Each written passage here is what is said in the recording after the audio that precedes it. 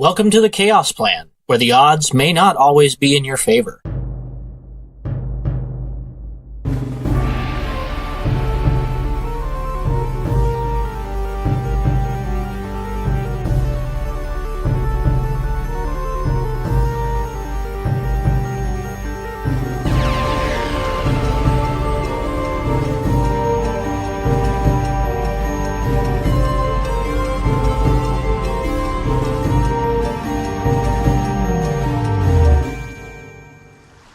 Thank you for joining us once again for another episode of The Chaos Plan. This time, Braden is once again going to help run me through a downtime day type encounter so that hopefully I'll be able to take part in the group quests and TP Chaos. I mean, be extremely helpful to the group. Alright, go ahead, Braden, and tell me what is in store for me this time. Alright, so previously you had boarded a ship from one of the allies that Grill had set you up with. The idea was that you were going to sail to Port City. On your travel through the Shadowed Cleft, you had been traveling on ship through large open tunnels with water kind of leading you out onto the ocean. And eventually you would have made it out onto the open sea where you'll be spending a number of days traveling to Port City. You're not quite sure how long the ship ride's going to be, but the captain, who is, of course, a tiefling man, the captain says that there's going to be a little bit of turbulence and wind, not turbulence, rough sea, different mode of travel, so rough sea, which could impact the time a little bit. So he has advised you to spend a good deal of the voyage below deck. I believe there was something that you wanted to fill your time up with? Yeah, so as part of the adventure class, I can take different class features and things like that from other classes and combine them into this one with DM's discretion, and I've been working a little bit with Braden and the rest of the guild to make sure I'm not too overpowered. I've set a lot of limits on myself to make sure it doesn't end up that way. But I spent basically 2 levels worth of my feats that I get to build the class, and I took 2 levels basically in the Harlequin class, which was created by our very own Lydia here in the guild. Because of the loss that I suffered being ripped away from my home, away from my wife and family, I ended up taking the 2 levels in the Harlequin, and I joined the Troop of Mourning. So the brief description is: loss affects us all. Some can find meaning from personal suffering. Some choose to wield it as a weapon.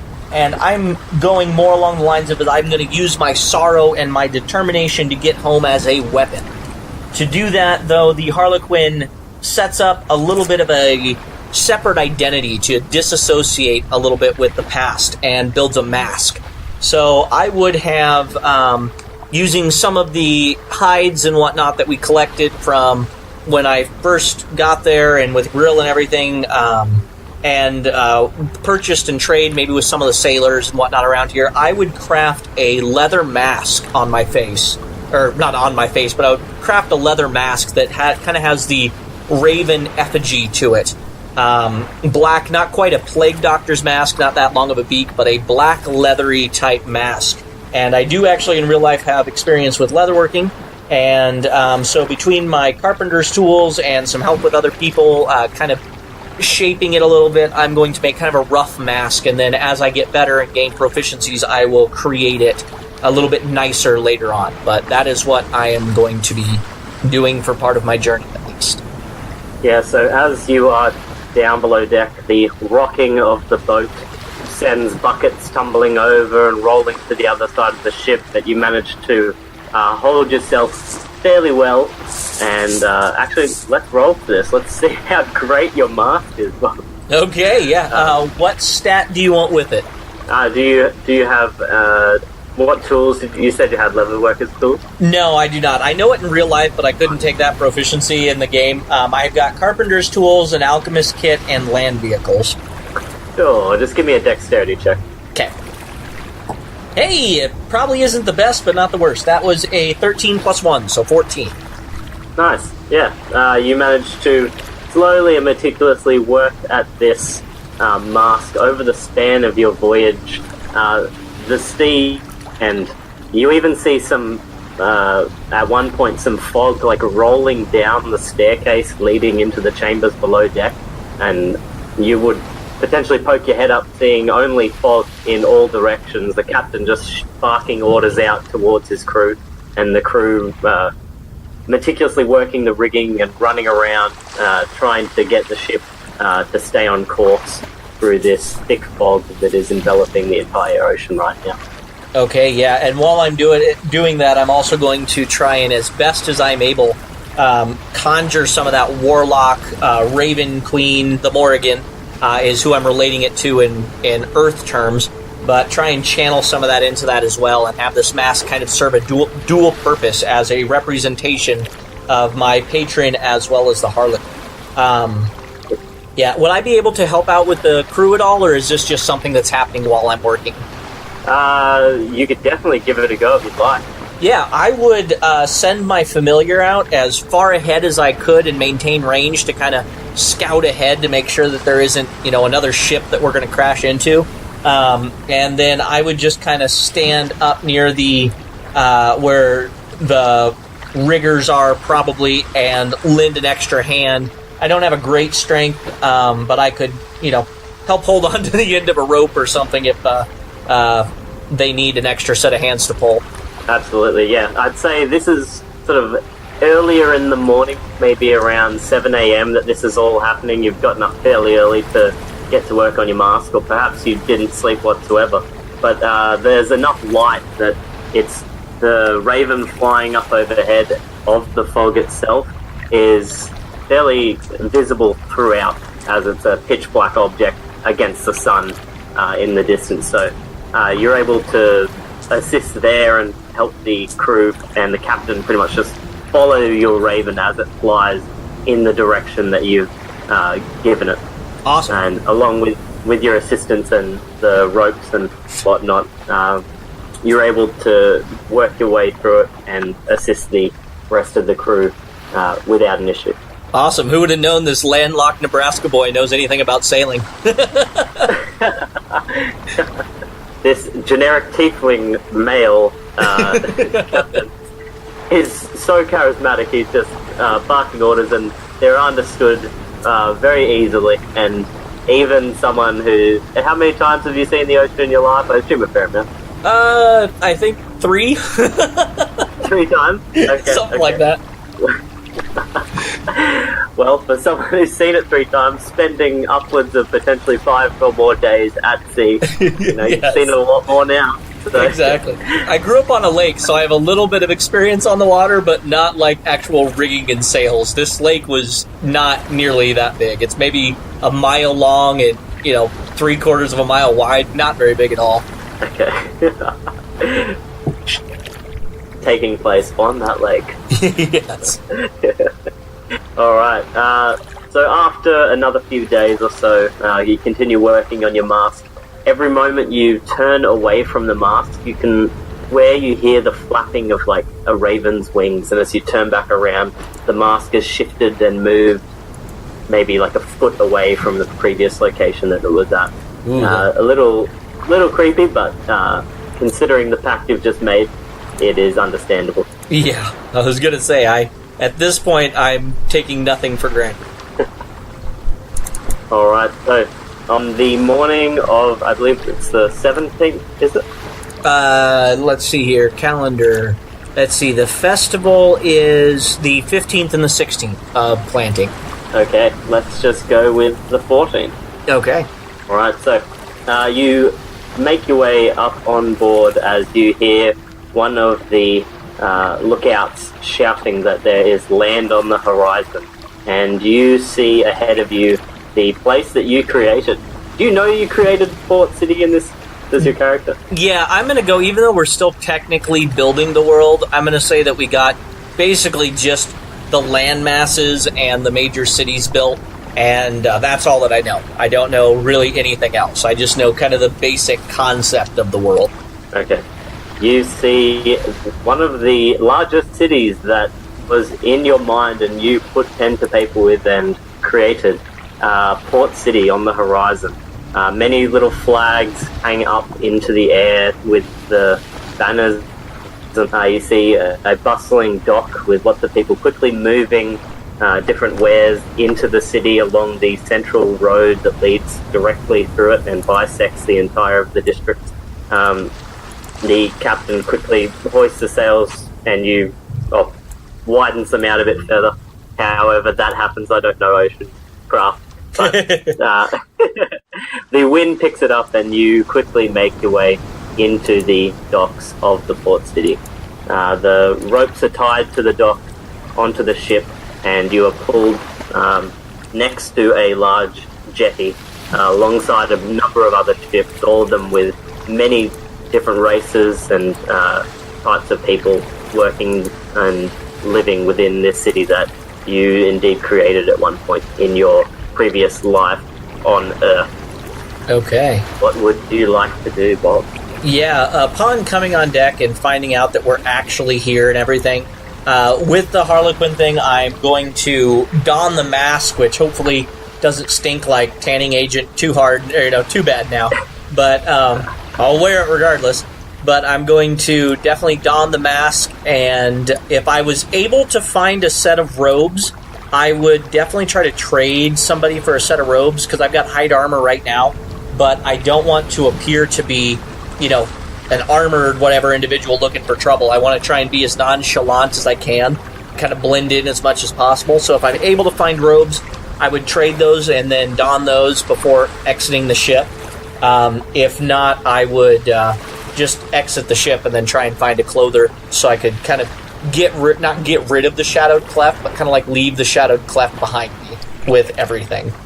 Yeah, while you're sort of standing there, you see one of the other passengers aboard this ship, a older half-elf gentleman. He's completely bald. One of his eyebrows is nearly completely fallen out from stress of the travel and the storms and whatnot. But he is wearing a long, darkish red cloak, and in his hands he's clutching it like a little, not like a suitcase as much as it is like a suitcase-size wooden leather box type thing. Okay, yeah, I would definitely walk up to him and first try to negotiate for switching the leather armor out. If you won't take the armor, then I will offer him some coin for it. His eyes sort of pass over and he says, would you be willing to trade and perhaps give me 5 silver?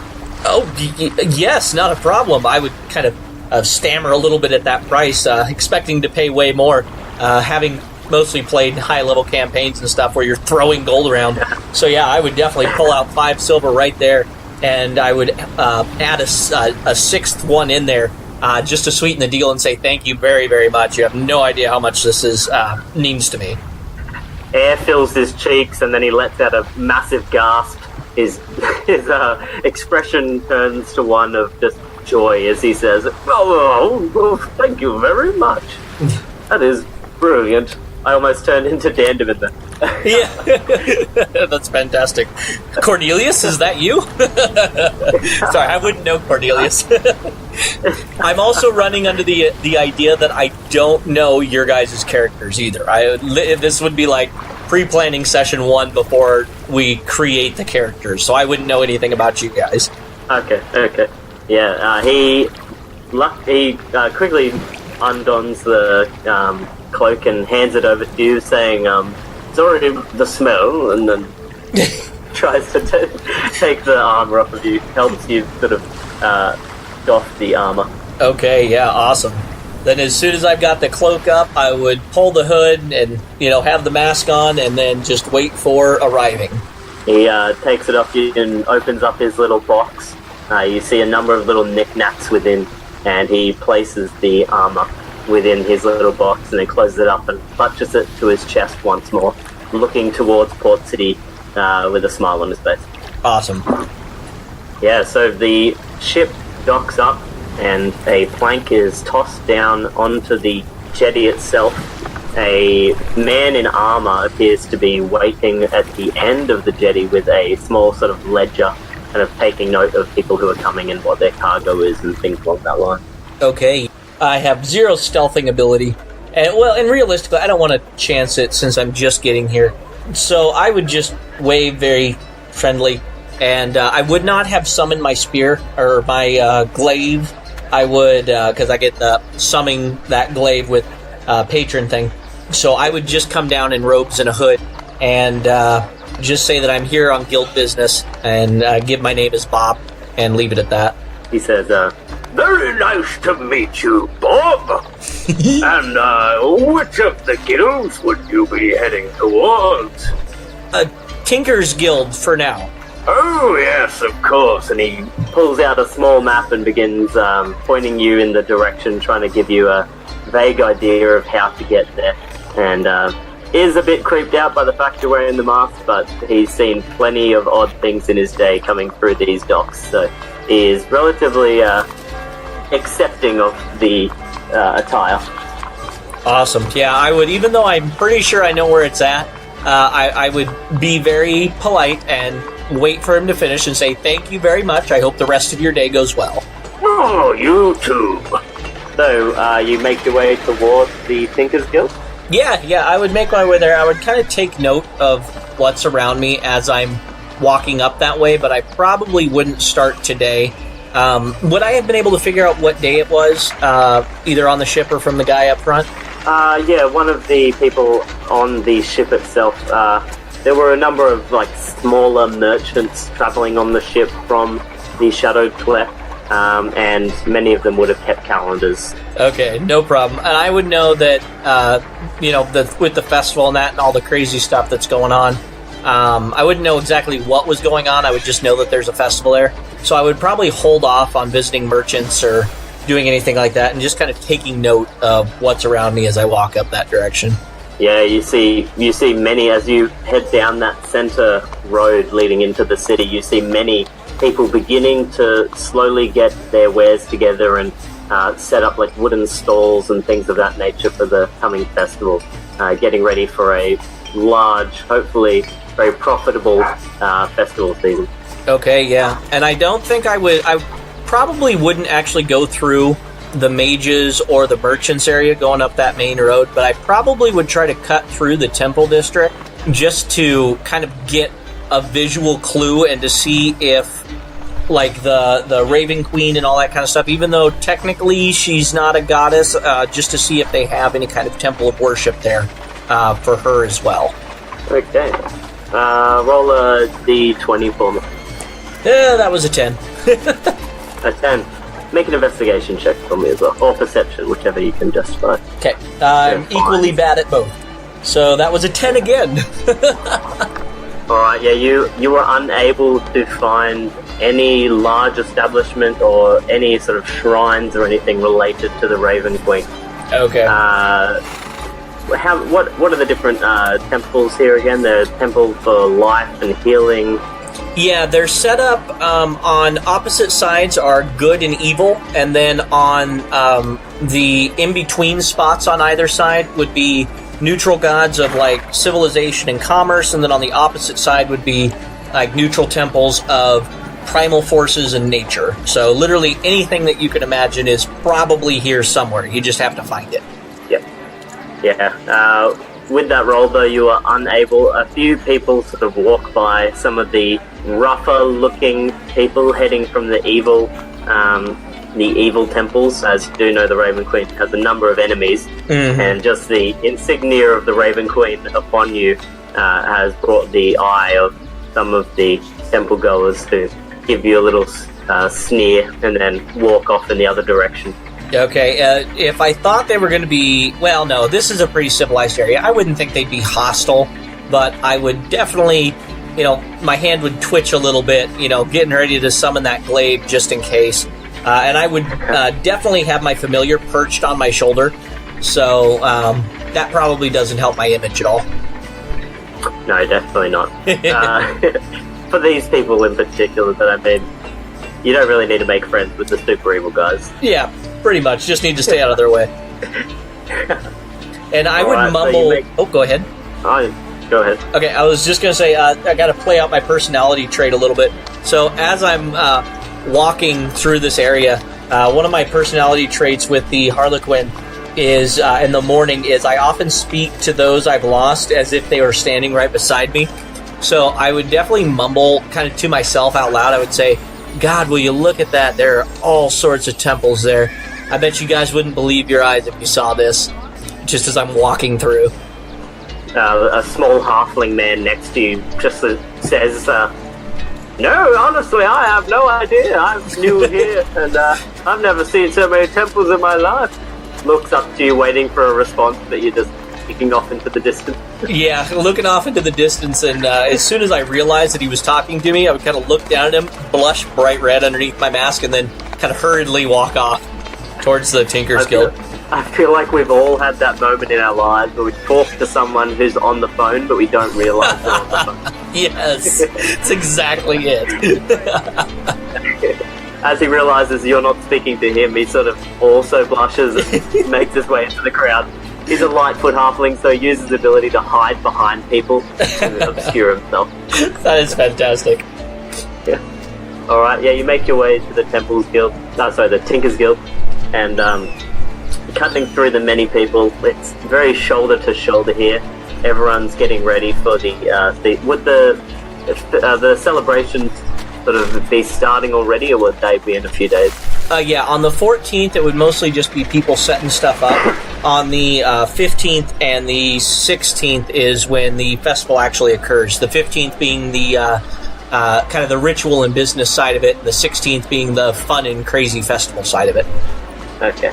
Yeah, everyone is running around frantically, trying to get things working. You see the...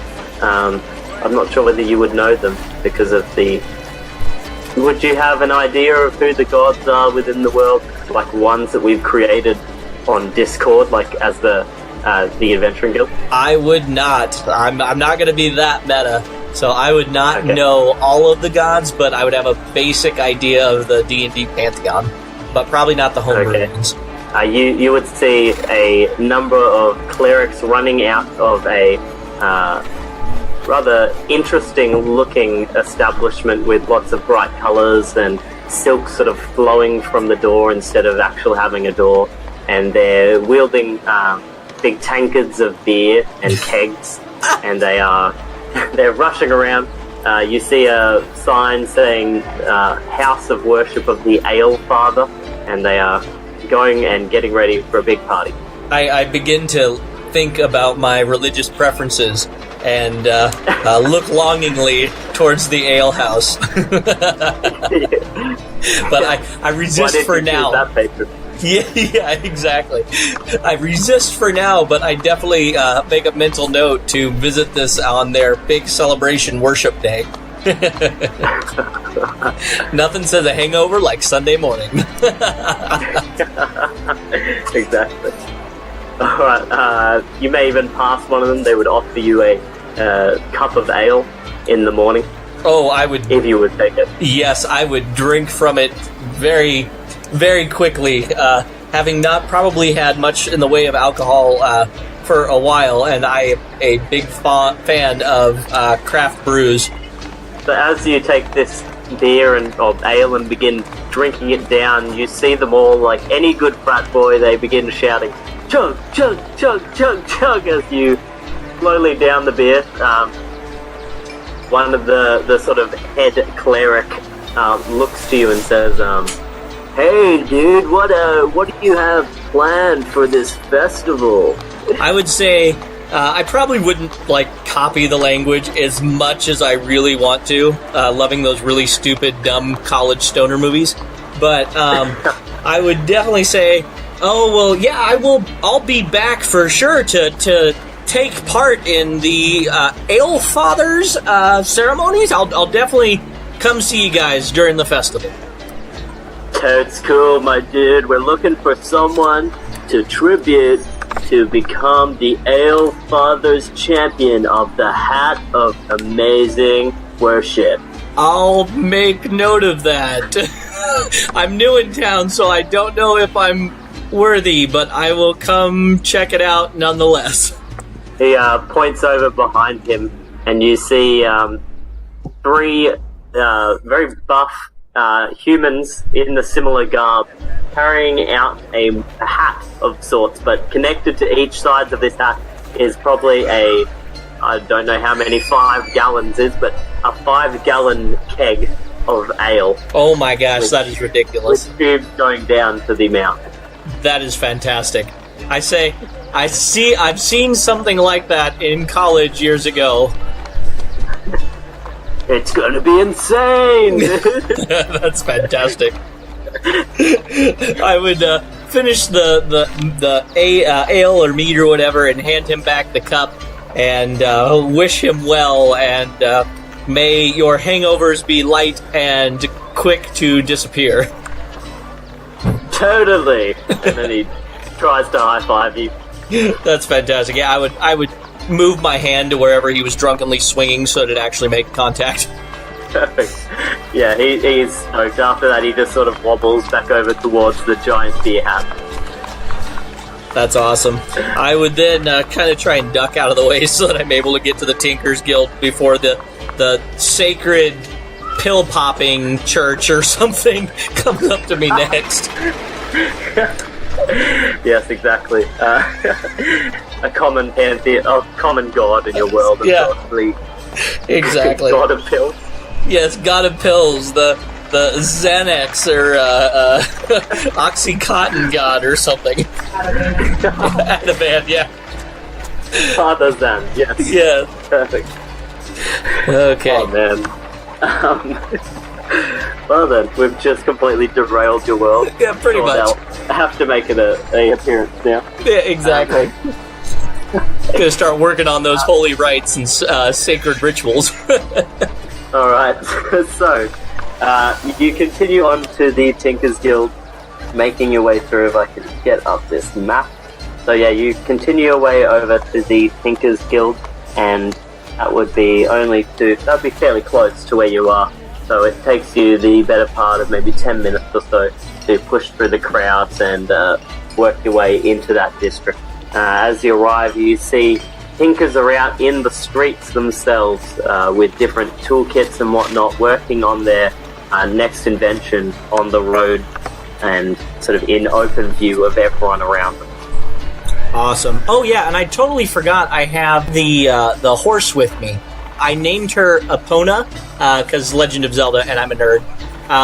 So I would have been, rather than riding, since I had all those interactions with the college frat bros, I would be leading her, I guess, by the reins. So as I got up to the Tinkers Guild and kind of in that area, I would start looking for a stables or something nearby that I can put her so that I'm able to, actually interact and go into buildings without having to worry about bringing a horse with me. Draft horses in buildings last time didn't end up working too well. Yes, indeed. Near the Tinkers Guild itself, they would have a set of stables for their members and whatnot to stow away their horses and vehicles. You see a burly dwarven man sort of standing at the front, waiting and looking expectantly as you approach with your horse. Yeah, I would pull out a silver piece. I know that's probably overpaying, but I would pull out a silver piece and flick it to him and hand him the reins and say she's still recovering from some abuse from her last owner, so treat her right, and I'll give you another one when I get back. Of course, we'll get her lots of good food. Okay, I would hand over the reins and nod. I don't have really any possessions yet to speak of, so I would probably just be carrying all my stuff with me, so I wouldn't have to worry about saddlebags or anything. Awesome. And you make your way into the Tinkers Guild, Ocean? Yeah, I would definitely, after marveling at this building, I would definitely make my way inside. Oh yeah, is it 4 stories or 5 stories? 5 stories tall, I think, is what I put down, and there would be like airships, very steampunk looking, slightly gothic with the like airship at the top, docked and all sorts of weird electrical and gears and stuff all over the building. It would be a mess, but an amazing looking mess. Awesome.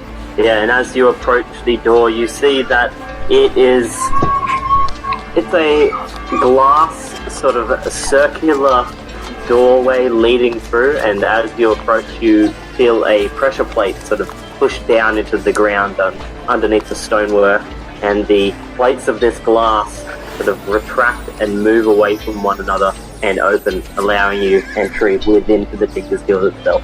I would probably stop when they open, step back so they close, and then step back on there again, and then I would walk through.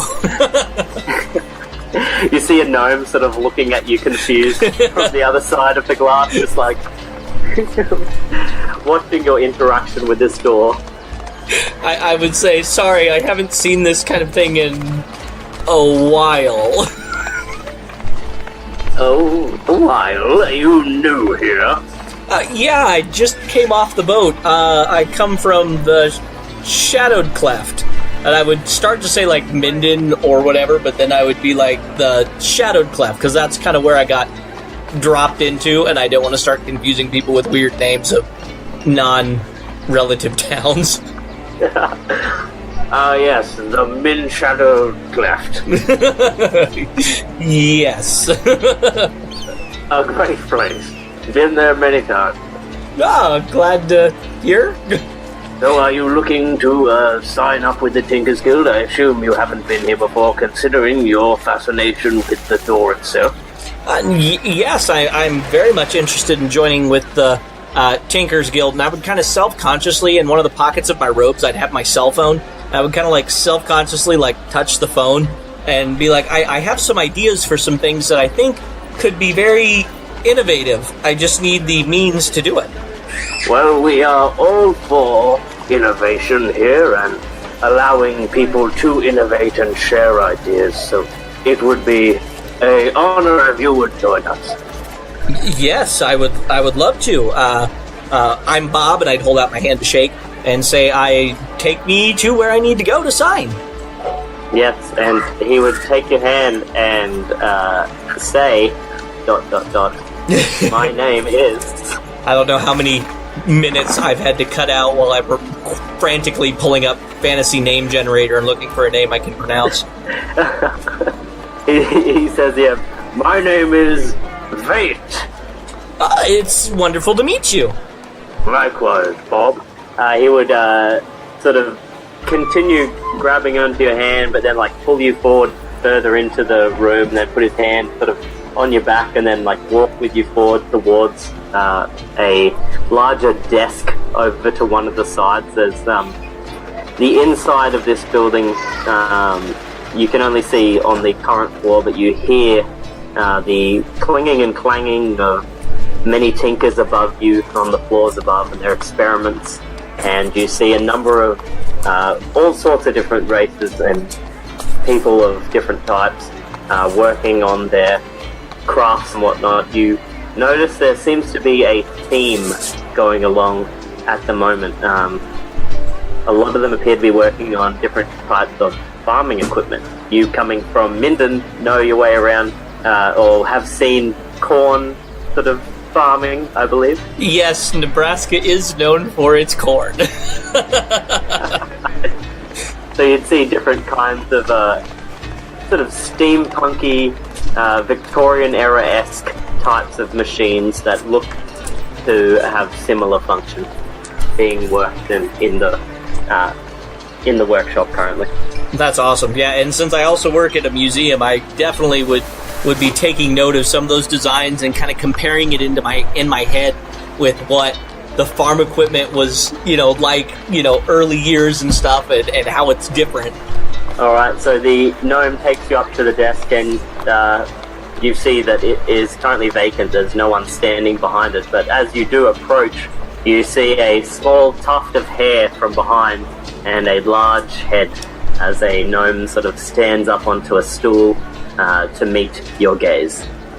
Okay, yeah, I would do my best not to be...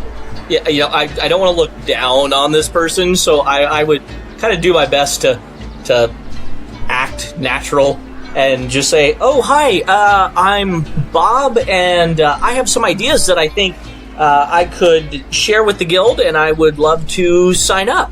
He sort of raises his glasses off his face and just says, well then, welcome to the guild! And he puts his little hand out, and you see in his hand he's got a pen, and he's sort of pushing a sort of ledger forward for you to sign and begin your sign up and entry into the guild itself. Okay, yeah. My penmanship would be terrible, not being used to writing with a quill, but I would do my best to sign Bob as neatly, quote unquote, as I could. What do you plan on working on? I once again, my hand would like reflexively go to that cell phone, but I would reach into my bag and I would pull out my hard hat that I got with my background, and I would say, "Oh, I've got all sorts of interesting ideas." And this hard hat would be kind of that hard plastic on the outside with the foam spacers and stuff. And I would say, "I've got all sorts of ideas, like different kinds of protective equipment and things." But truth be told, I would love to look into creating some of the different forms of energy, or maybe looking into down some of the alchemy lines. Right now, I'm kind of just looking all over the place. I haven't set my heart on anything specific yet. Well, jack of all trades, I see. Well, on the 4th floor, is it the 4th floor of the greenhouse at the top of the building? On the 5th floor? I don't think I specified, but yeah, let's go with that. I like that idea of having a giant rooftop greenhouse.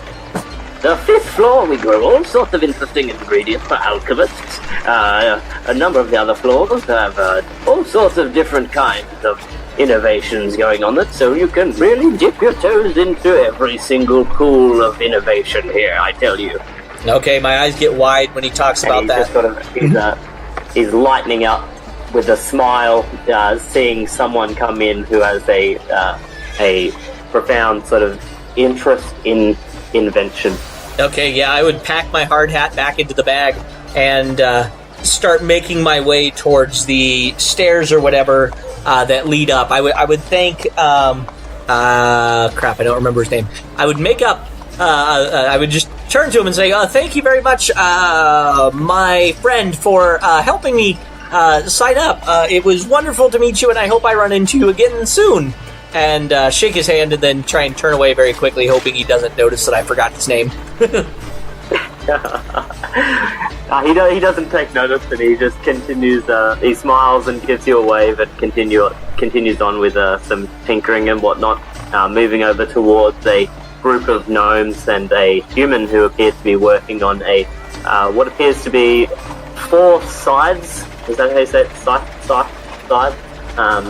Connected to a central motor that spin them around rapidly for rapid grain collection, of course. Ooh, yeah, that's very interesting. I would definitely take a little bit of a closer look at that and then pull myself away, wanting to kind of just wander through the guild just to kind of get a general idea of everything before finding my lodging and turning in for the night. Awesome. You said you had an interest in the alchemy. Would you take a look at the greenhouses?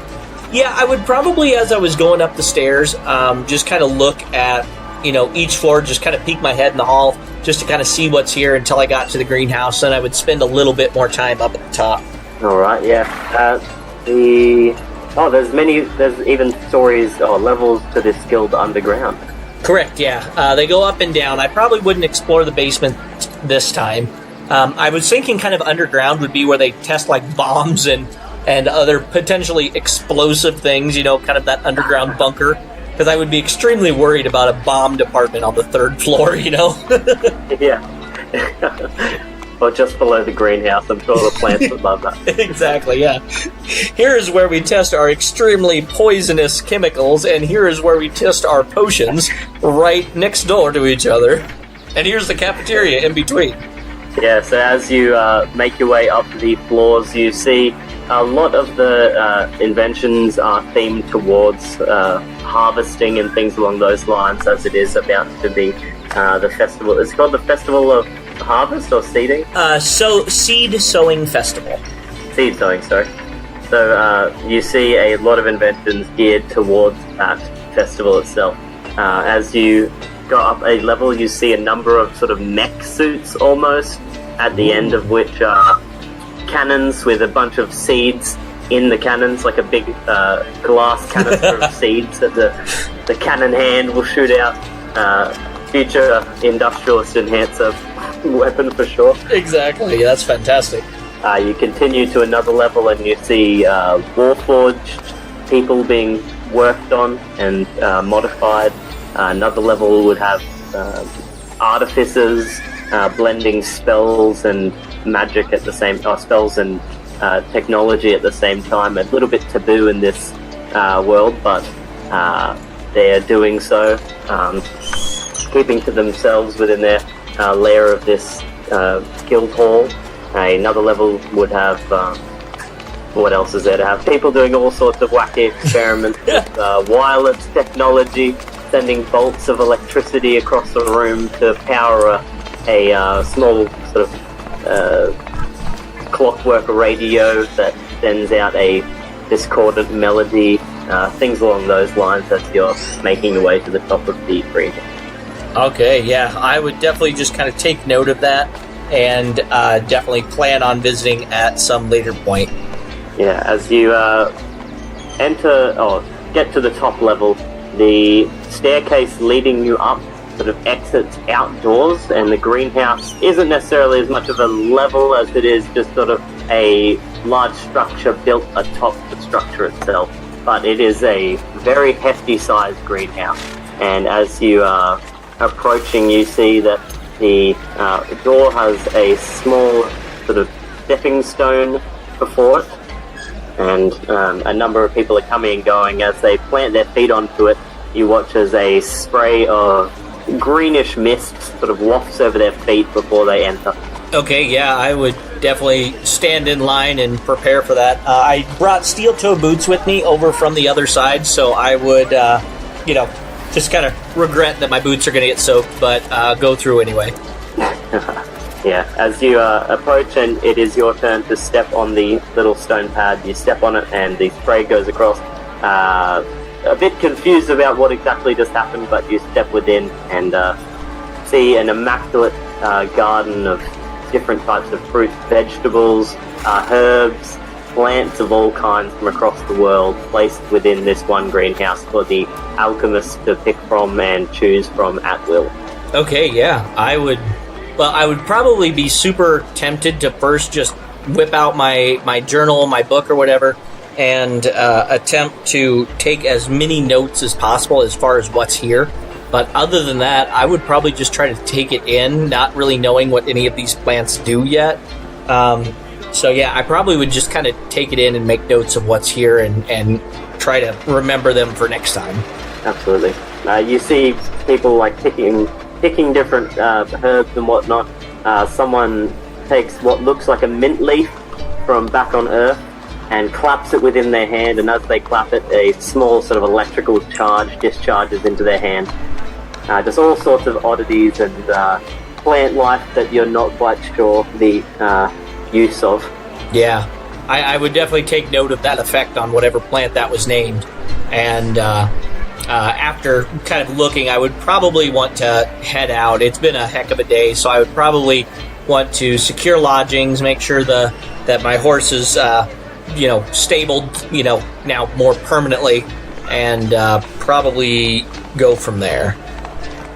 Yeah, without issue, the guild itself is very spacious, and there are plenty of rooms for all of its members. Each room comes equipped with 4 sort of areas, or 4 rooms within this large domicile. A bedroom, a living room / kitchen, and a bathroom with indoor plumbing, and then a laboratory with all sorts of equipment and whatnot for your experiments. Awesome. Yeah, I would definitely look around and kind of take note of what's here and very much appreciate the indoor plumbing, because that wouldn't be something that would be super common, I wouldn't think, but with the Tinkers Guild, it kind of makes sense that they would be more innovative. Yeah, absolutely. And I would say that the rooms itself are, imagine like those car garages that have a lift that lift the car up into the building. Oh, that's so cool. The rooms are on like one end, but they're all stacked vertically on top of each other, and as you walk in, you're slowly sort of lifted up so another person can enter their room. Oh, that is fantastic. You'll have to get used to the sound of the lift and sort of chains pulling your room up and about everywhere. But once you do, I'm sure you'll get a great night's sleep. Yeah, and I'm deaf as a post in one ear anyway, so I shouldn't be too bad off. And I fully intend on, as soon as I can afford a wagon, I'm going to try and get a wagon built and outfitted and then just kind of camp on the outskirts of town, not wanting to... I don't like to have a ton of people around me all the time, so I would definitely want to, as soon as I'm able to afford it, get a wagon and kind of rough it a little bit, only really returning when I need to use some of the guild services or whatever. Cool. So as you sort of slowly lie in the bed and your eyes begin closing, the sounds of the chains pulling your room up and down through this elaborate system of elevators and movers within the Tinkers Guild, the sound begins to slowly fade to nothing, but is quickly replaced by the beating of raven wings, and your mind sort of passes into a dream, seeing flocks of ravens flying over like a black sky, sort of coasting across a wind that's pulling them along, and over the top of... they're flying and coasting, and your vision sort of gazes forward towards a immaculately large, sort of beautiful fortress of black rock. With your knowledge, you'd have a fair amount of knowledge of like Raven Queen from your time in the real world. Yeah, and I have. Oh no, wait! I got rid of that skill. Never mind. I was going to say I have proficiency in Arcana, but I got rid of that when I rebuilt the character. So, never mind. Okay, well, give me a history or intelligence check to see, or Arcana check to see if you can remember this, or religion. Sorry, okay. Not Arcana. 15 naturally. I don't have any pluses. All right. Yeah, you know this. What you are having a vision of right now would be the Raven Queen's. What would the word be? Castle within the Shadowfell itself. Huh. That's awesome. Yeah, I would... Well, I guess I'm sleeping, so I wouldn't be able to do anything about it. But I'm going to try to remember it when I wake up and write it down as quickly as I'm able to. Yeah, and as soon as you see it, you slip out of the dream and back into like a deeper sleep. As you wake up, you do have a brief memory of seeing the ravens sort of flying overhead and then looking down onto this large black castle. Okay, yeah, I would write it down immediately so as not to forget it, and then I would kind of stroke the top of my familiar's head and kind of talk to the raven or whatever as almost like a link in between the patron and me kind of a thing. And I would say, thank you very, very much for all the assistance you've given me so far. I promise to be the best, warlock. I'm not really taking the warlock class, but I promise to serve as best as I'm able to, and just kind of stroke the bird for a little bit before getting up and starting my day. The raven's just sort of looking at you. Its beady eyes blink, but one at a time, slowly. So the left closes, then the right closes, the left open, and the right opens, before it just lets out a caw right in your direction. Okay. Not being freaked out by that, I promise. I get up and start my day. Alright, what would you like to achieve today? Today, since I know I have a little bit of meta-knowledge about the festival, and all the festivals in the world pretty much take 2 days. The first day would be more of the business religion side of things, and the second day would be more of the fun festival time things. I would probably spend today... I would do a walk around town just to see what there is, and then middle of the afternoon I would probably try to return back to the Tinkers Guild and find some copper wire and some magnets and that kind of stuff, and start to slowly work on building an electric motor. Since I've actually done that in real life, I can have a little bit of knowledge of how that's supposed to work in the real world, at least. Awesome. So you'd like to go out and try and acquire those things? Yeah, I would first wander through the town just to see what's there in the morning time, and then once it starts getting busy with people and stuff crowding the streets, I would retreat back to the Tinkers Guild and try and get the supplies that I need to build the motor. Alright, yeah. As you sort of set out into the streets around the Tinkers Guild, you see the many tinkers working on their work. It's nearly nearly finishing it for the days ahead, and they are sort of presenting the final craft of, what's the word I'm looking for? Final versions of their inventions to each other, and sort of having a little display before they go off and try to use them or sell them to someone in a business or something along those lines.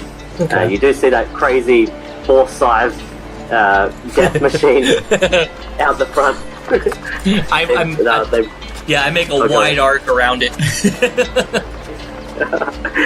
One of the sides sort of flies off the end and goes flying into a crowd, but luckily doesn't hit anyone, sort of scattering across the ground, and the rest of the machine is off balance, so it just sort of chucks the rest of the machine off, and it just slams into the ground and falls apart.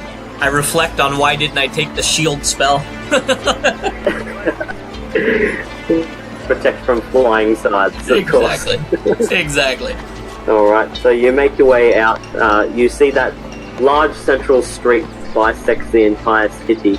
It's just littered with all sorts of different tents of different colours and with different kinds of people behind them.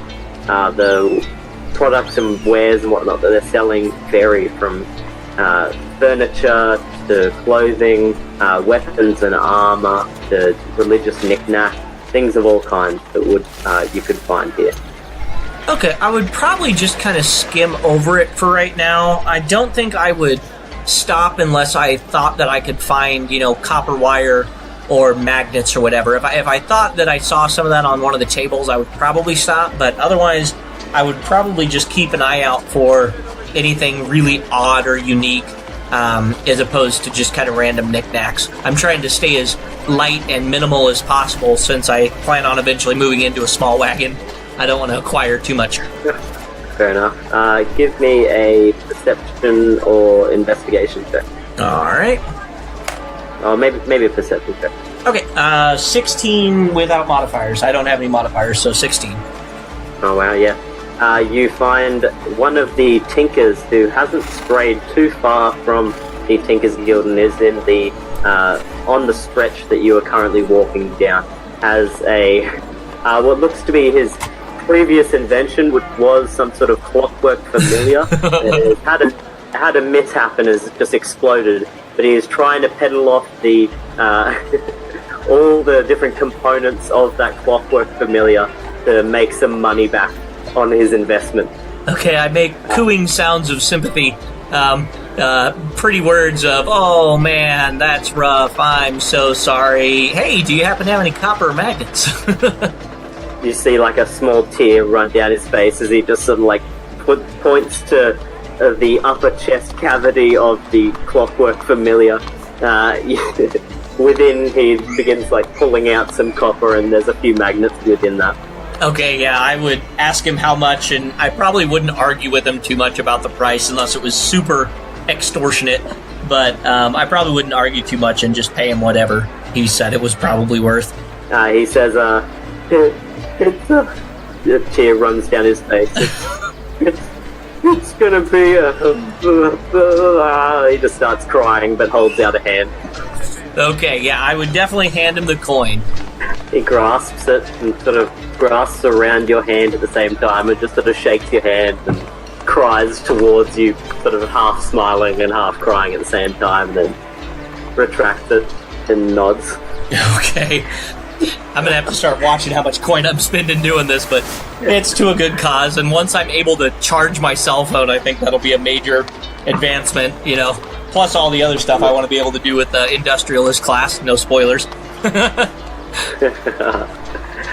Alright, so you continue walking along looking for anything interesting.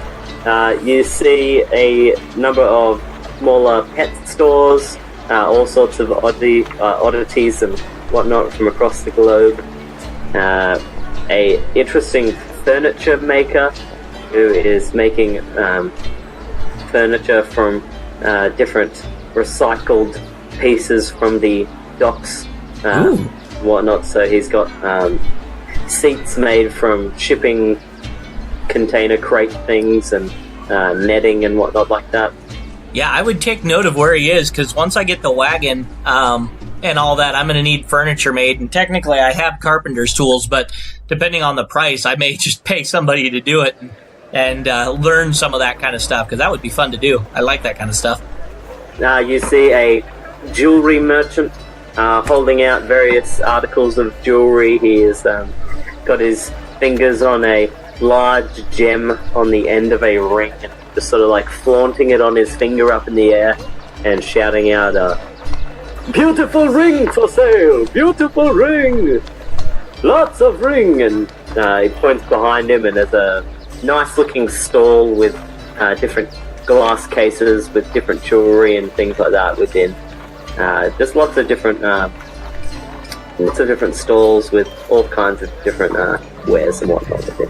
Yeah, with the jewelry one, I'm going to once again play off one of my personality things. I would unconsciously spin the ring on my finger and mumble, "Oh, I bet you probably would have loved these," or "I loved one of these," and laughed at some of the sizes of those gems. That would have cost me more than 2 paychecks for sure. And just keep mumbling as I walk down the street. The same halfling man is next to you.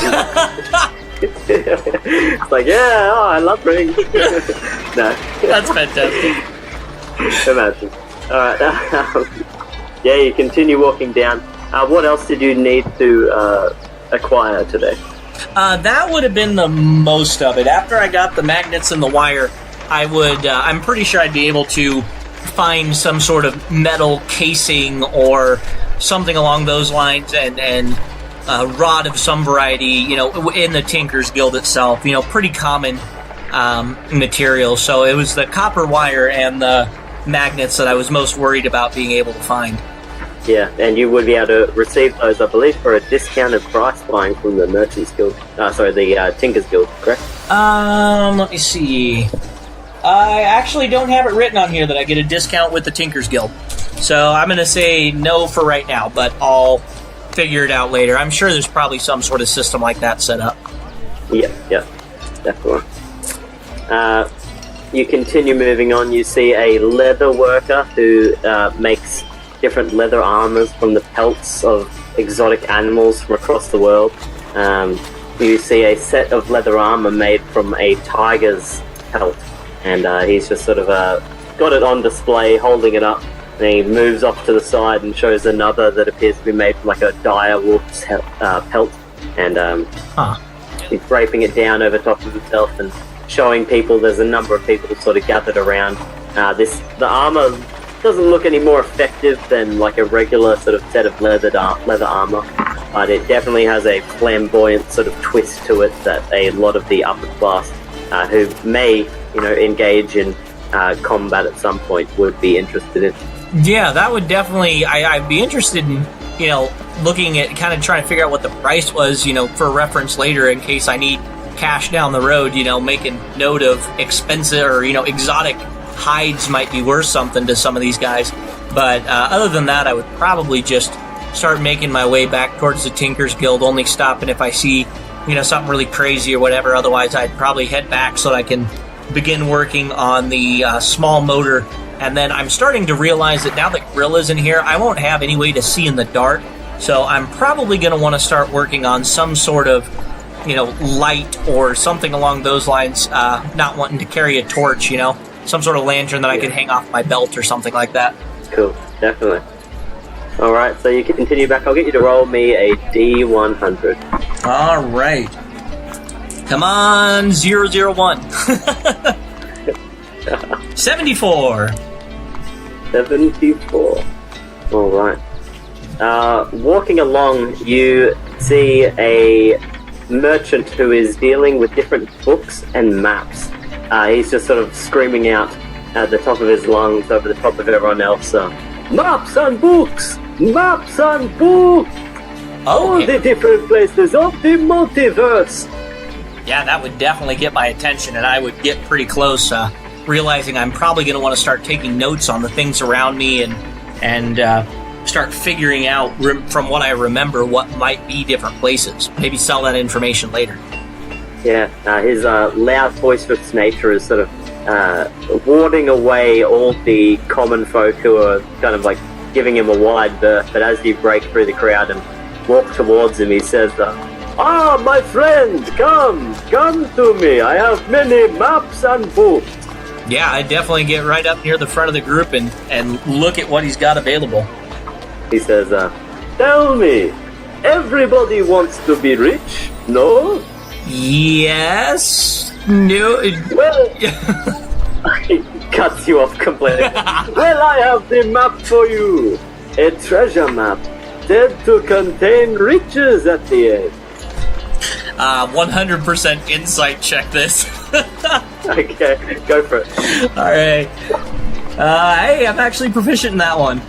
Hey, that would be a 19. 17 plus 2. He rolled a 3. He's looking at it, and you're looking at him, and then he looks back at you, and you definitely get the feel he's exuding a feeling of guilt. I, being the smartass that I am, would not be able to help myself, and I would say, kind of not mimicking his voice 100%, but a little bit that loud, boisterous, whatever, I would say, and I have a bridge to sell you if you're interested. Says, look, I just tried to make a gold, okay?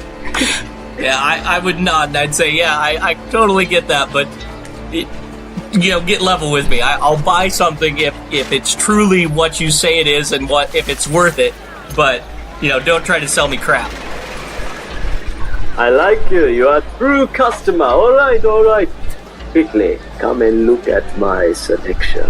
He gets really in close to you and raises an eyebrow and smiles a little bit. Never being one to be the butt end of a joke, I would get just as close and raise my eyebrow and say, I can't wait to see what selection you have. He says, the treasure map may be a counterfeit, but it is because I must fund my research into maps and books. I have gotten real interesting things from across the world and other worlds.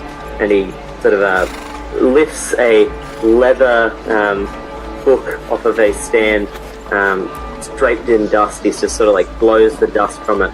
And you see on the front cover, it is a guidebook to giants. Ooh. This has Go ahead. many things you need to know about giants of all kinds. I'm not going to insight him right away, but I would have my raven climb up onto my shoulder a little bit. Like, I would kind of mentally command it to stretch its talons a little bit, make sure that he knows it's there. And I would say, oh, that's very interesting. I know my queen would definitely be interested in acquiring any knowledge in this field, for sure. And who is it that you serve? I kind of gesture at the raven and at my mask and say, I'm pretty sure you can guess. As I serve books and maps, you serve bird and mask. Very nice. I just let it be. I don't have the heart to correct him. This guidebook for giants is only one price, a very reasonable price. You will find this book nowhere else in all of the world for just the price of 60 gold pieces. I would bring up my pouch and I would run it out on the desk or booth or whatever and be like, this is literally all I have to my name. Set it aside for me, and I will be back for it as soon as I get the gold. And I would kind of scoop the gold back into the pouch. How much do you have there approximately? Approximately 21 gold and some random silver pieces. He'd say, okay, it's fine, I set this aside, but I have things for people of your price range. I raise an eyebrow. Come and look. He raises his eyebrow and says, come and look at my not-so-good selection. I humor him in order to get him to, be nice enough to actually hold the book for me, but I don't plan on buying anything unless I see something very unique. I may buy a map of the world, but that would be about it. Yeah, he opens, unscrolls a piece of parchment that has a sort of map on it depicting what is the mainland with Port City called? The Elemental Islands is the one continent that we're on, and then there's also Arcanum and the Kang Islands are the three. Okay. Yeah, it would be a map of the Elemental Islands. Okay, yeah, I would definitely kind of scratch my chin and be like, you've already seen what I've got, so what are you asking for that? He says, this is not regular map, my friend. No, look at the detail. I squint. This cartographer took great care in detailing every little island off the coast too. Who knows? Maybe these treasure maps are fake, but this could be a map that leads you to treasure someday as well. So it is as valuable as a real treasure map, I say. I continue scratching my chin and just looking at him dubiously. For this map of the Elemental Isle, such detail the cartographer went into, this map will cost you a paltry sum of only 16 gold pieces and 2 silver. I don't immediately laugh at him, but I definitely stifle a laugh, and I lean a little bit. Okay. He would see the hesitancy and be like, 14 gold pieces. 13 gold pieces. No, seeing that he's coming down, I reach into my robes and I pull out my real wallet from like back here, and I say, I know that you are a man of books and documents. I have a very rare set of currencies here from a faraway land that you could at some point possibly turn in for something very grand. And I pull out of my wallet a $20 bill, a $10 bill, a $5 bill, and 5 $1 bills, and I kind of slide them across and say, this is currency from my homeland, and will get you quite a bit if you shop at the right places. His mouth sort of opens, looking towards them. Can you roll deception or deception check, wouldn't it? Yeah, persuasion. Persuasion, yeah, go for it. Oh, no, what was it? Deception, you said? Oh, would you be deceiving him, I guess? Technically, $40 can get you a decent amount if he ever gets back here. So I'm kind of lying, kind of not. It's your call. Okay.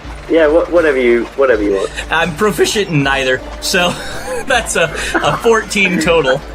All right. Oh man, a 4. He says, these numbers. Is this worth 40 gold? Possibly. I'm not sure about the conversion rate, but possibly, yes. This is a trade worthy of my admiration, and I accept your trade. Alright, I roll up the map, stuff it into one of my bags very, very carefully, and then I shake his hand and say, oh, thank you very, very much. I really must be on my way now. Thank you, and I get out of there before he has a chance to try and sell me on anything else. He's trying to shout at you, Guidebook of Giants! Here! I'll be back! Yes, don't worry! And I continue off into the crowd before he realizes that he's probably never going to get a chance to spend that $40. Perfect, yep. You make your way off into the crowd, having collected your very detailed map of the Elemental Isles. Okay, that is fantastic. Where would you like to make your way back to now? To Tinker's Guild, was it? Yeah, I would definitely be laughing to myself the entire time. And once again, playing off of my Harlequin trait, I would say kind of just to myself, man, I can't believe I got that good of a deal. That won't even buy a full tank of gas anymore, as I walk back towards the Tinker's Guild. The little halfling man says, what's gas? He's just got to stalk us somehow, yeah. Exactly, yeah. Find out he's my hallucination this entire time. Twist. Yes, exactly. Alright, yeah, you make your way back to the Tinker's Guild, passing through all the different inventors and tinkers, industrialists working on their different inventions out the front. A lot of them taking shape a lot better than before, having received a different sort of iteration. The huge, crazy death machine is back up and operational. They have it in front of a small section of tall grass that's been sort of dug up and then put onto the back of a cart so they can test it. And so they slowly sort of push the cart towards the death machine. It fairly efficiently chops all the grass down. That without ease. With ease, sorry. That is terrifying. I would definitely keep my distance, having seen that one blade go flying earlier. It's a decapitation waiting to happen. Pretty much, yeah. Yeah, I would try to skirt around and as quickly as possible get into the guild and then head back to probably wherever I think I would be able to use a more public workshop, maybe try to find somebody that is working with electricity or something similar to it so that I could try and create that motor. Yeah, absolutely. You see on the second level, as you sort of look through, a tabaxi man is clutching at what appears to be a small battery made, like you would know from your life on Earth, that there were batteries of sorts made sort of in ancient Egypt where they would use the electricity from within, like a clay battery. Have you seen those before? Yeah. To electroplate like gold and stuff onto things. Yeah, that is fantastic. He appears to have one of those that's sort of slowly working to get the charge out of this and like across a little gap where two diodes are situated, and the smallest sort of little spark is kind of jumping between every now and then. Okay, yeah, I would definitely take note of that and try and get close enough that I can, try to pick up a little bit of what he's doing and then, start working myself and maybe get some help and assistance, second set of hands. Sure, yeah. You managed to find a tinker's table fairly close by to him, sort of diagonally placed. He's got a few people around him sort of watching over what he's doing, as well as sort of working on their own, interested in the electrical function that he is managing to get out of this clay battery with whatever exactly is inside. You managed to pick up a spot and begin working on your own and looking on to his investment. Okay, yeah, then I would just keep working at it until I've got the wire coiled like I need, the magnets lined up on the outside of this casing, some sort of, post or something in the middle in order to spin the entire process, and just work on it for as long as I need to that night. And if I'm not done that night, I would spend part of tomorrow doing it as well. Alright, yeah. Do you have Tinker's tools? I do not, but I think when you join the Tinker's Guild, you get it. When you join the Tinker's Guild, you get proficiency in Tinker's tools. So then awesome. I would have proficiency now. Okay, make a Tinker's tool check for me. Adding either dexterity or intelligence with your proficiency, whichever you choose. Yeah, that wasn't nearly as good. That was only an 11. Alright, yeah.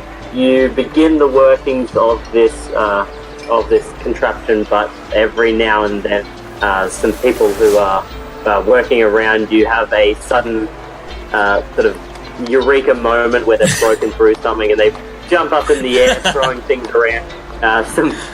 Some debris flies over and hits into your invention. They apologize profusely and work slows for a little bit, but you manage to get the base work, the working sort of model of this charger, I believe, is what you're making, correct? Correct, yeah. It's meta terms. I took levels at Industrialist, but I'm not going to be able to actually use them until I craft this, so that would basically be what I'm doing.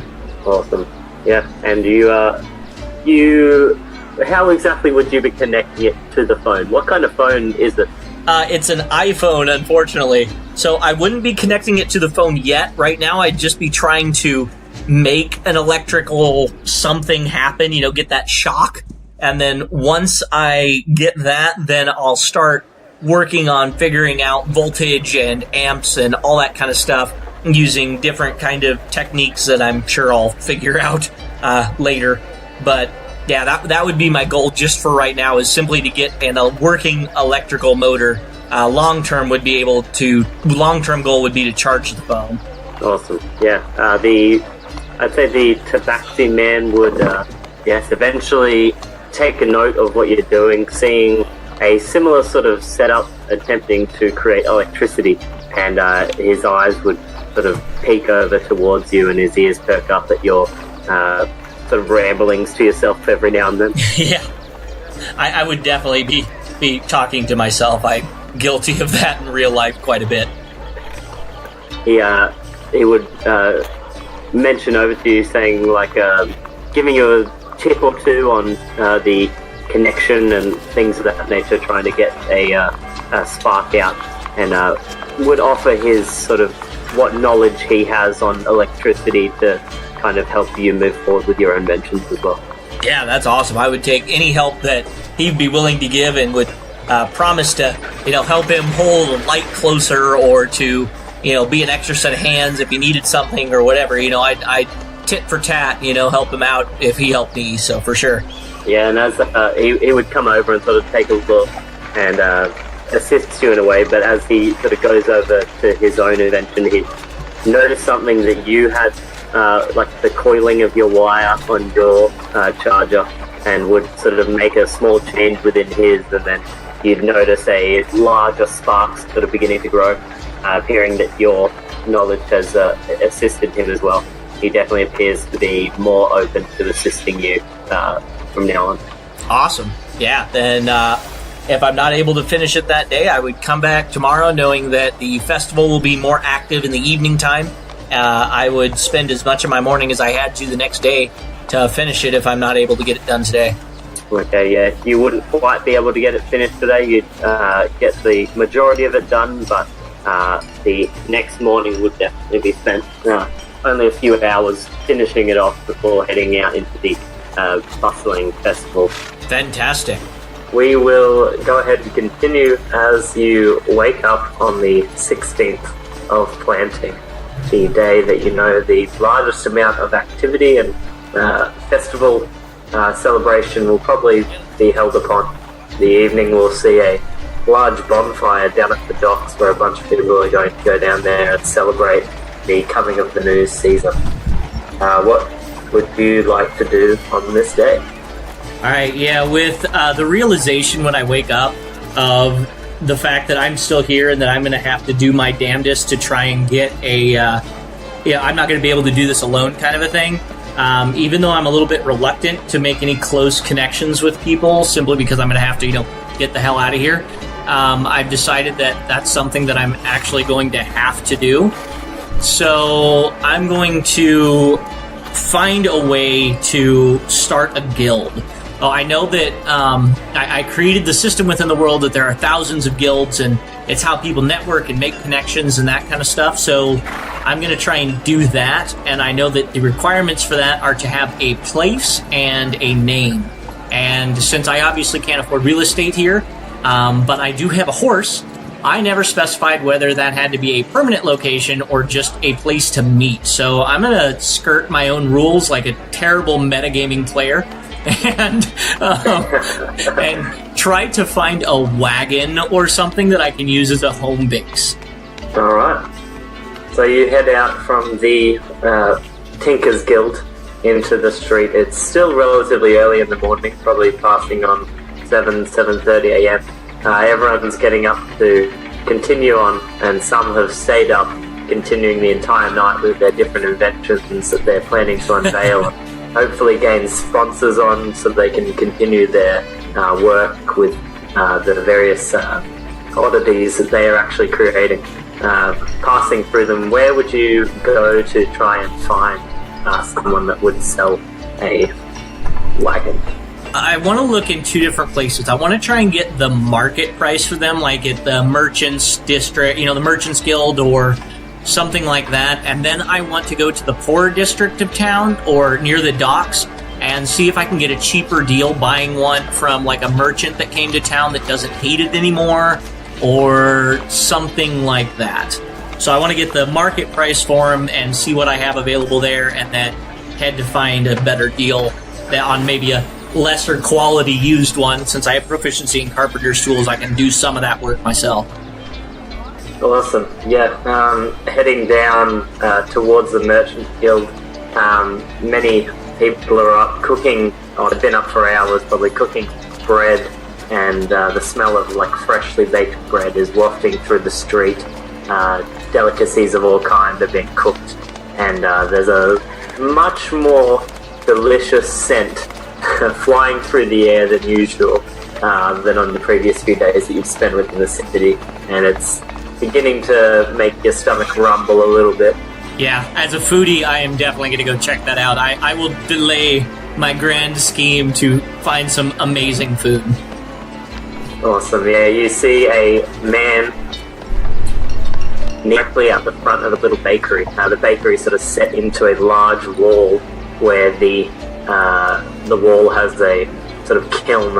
I believe that's what they'd bake in back in the old days. A kiln of sorts, where he has a number of loaves sort of resting in among some coals that are slowly rising up.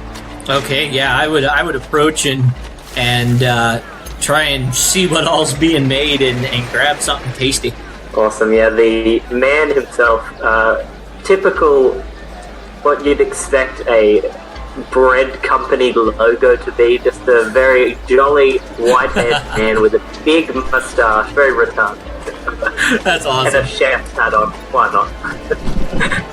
That is awesome. He says he's sort of kneading the dough out and flipping it over onto the other side, throwing some flour on top of it, kneading it again. And he says as he sees you approach him, "Good morning, my friend. How are you this morning?" Oh, it's been a morning. He flips the bread over and like slaps it down really hard onto the bench and continues kneading, just sort of nodding at you as you say that. Yeah, I would inquire on, so what are you making? This smells amazing, and I could really use some really good food right now. He says, well, I'm kneading together this bread and I'm adding a pinch of my own special spices. Okay. I would make note of that with my eyes to kind of see what I can identify there, and then try and cross-reference that with what I taste later. He has, looking around him, he has nothing but the dough on his table, and you can't even see any real sort of, there's absolutely no spices or a mortar and pestle or anything to grind spices on the table itself. Huh. I will then just look skeptically and just continue to watch to see what he's doing until it gets to the point where he actually puts it in the oven to see, what he's adding. Alright, make a perception check for me. Hey, starting the day off good with a 17. Awesome. As he turns around to put this loaf in the oven, you watch him lift up his chef hat, revealing a tiny mortar and pestle hidden underneath his hat, which quickly sort of moves around as a waft of spice just flings right on top of the loaf. Oh my god. As he places it in.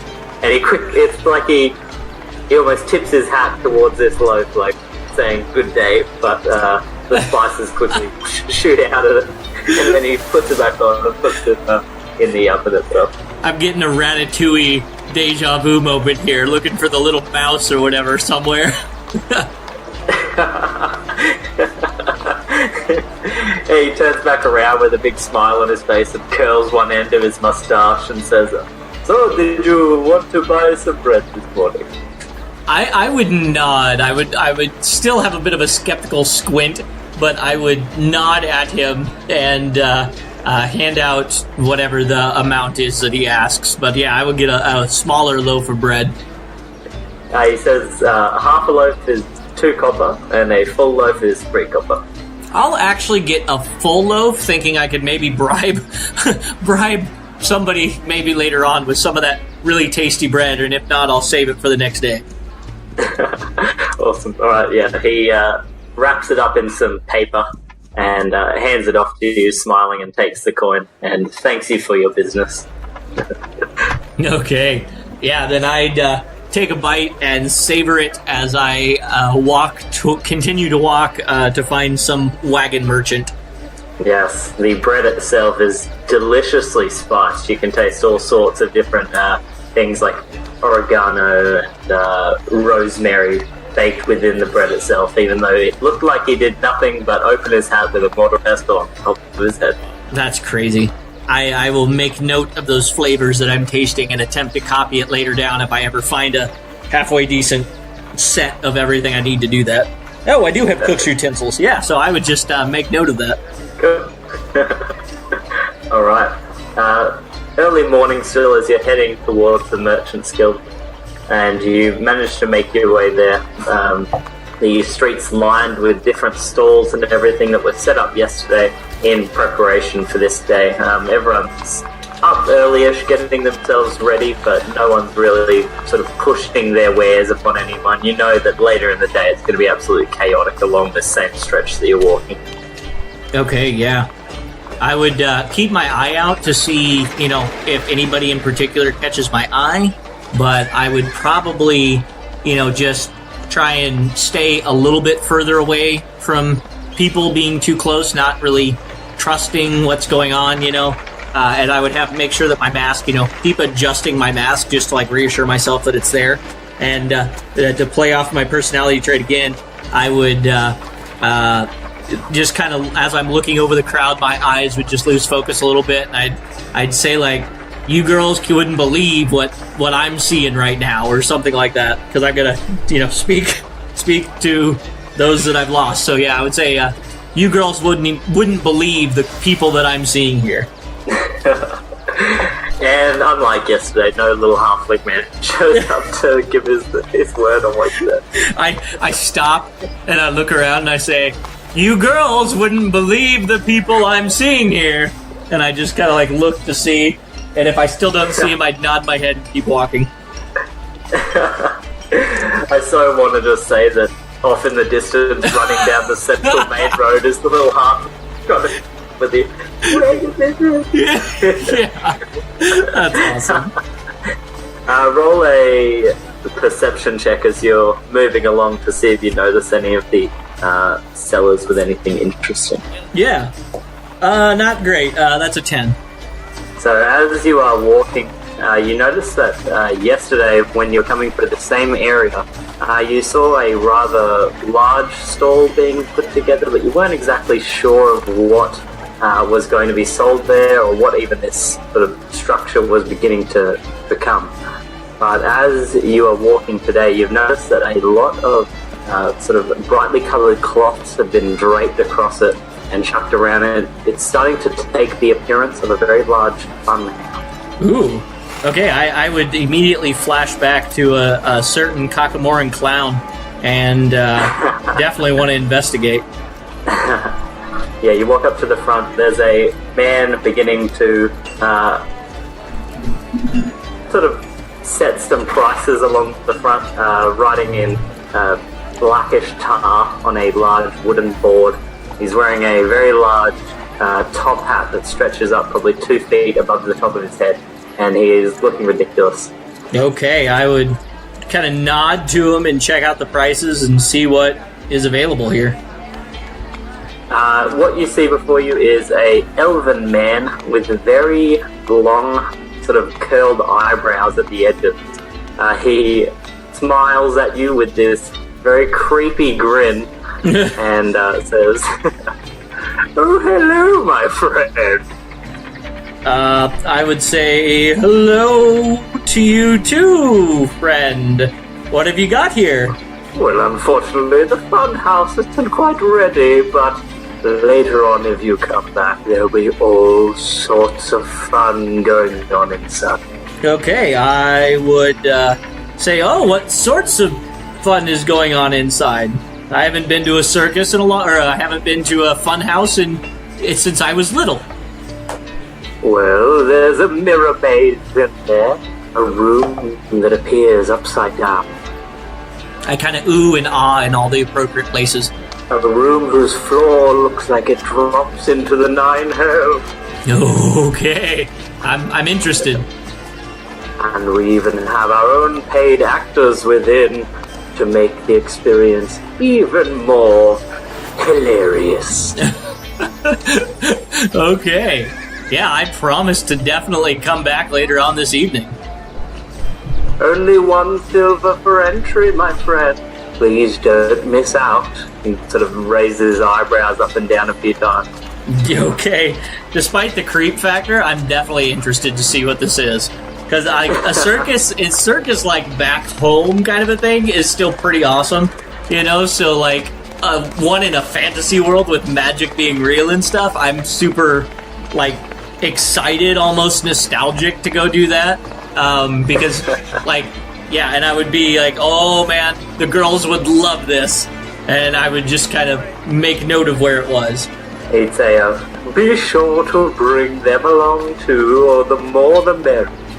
Okay, I would be like, oh, don't worry, if I could, or if I can, I will, or something like that. I would say something, like, depressing, but he wouldn't realize that it's depressing.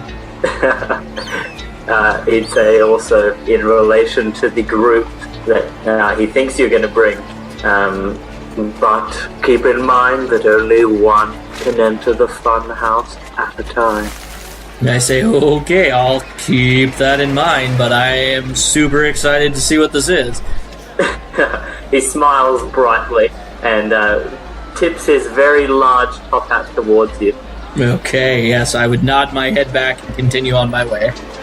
Alright, so you continue toward the Merchant's Guild and eventually make your way within, or to the Merchant's District, sorry, and eventually make your way through the many stalls that are lined there, and I believe looking for a cart or someone who can deal you a cart.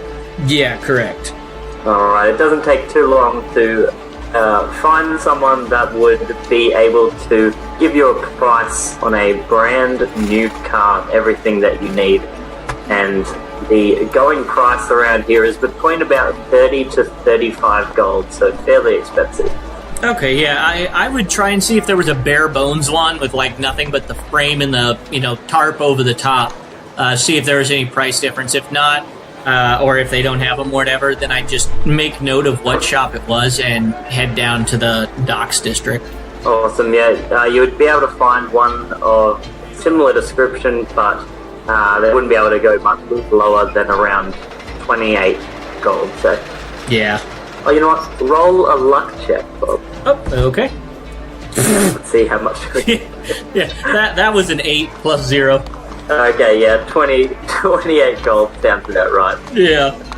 Alright, so with that sort of thought in mind that you may not be able to afford that cart, you take off back once again down to see if you can find a cheaper one or bare bones one down at the dock. Upon your way, I'll get you... what is your passive perception? Passive is only a 10. Okay.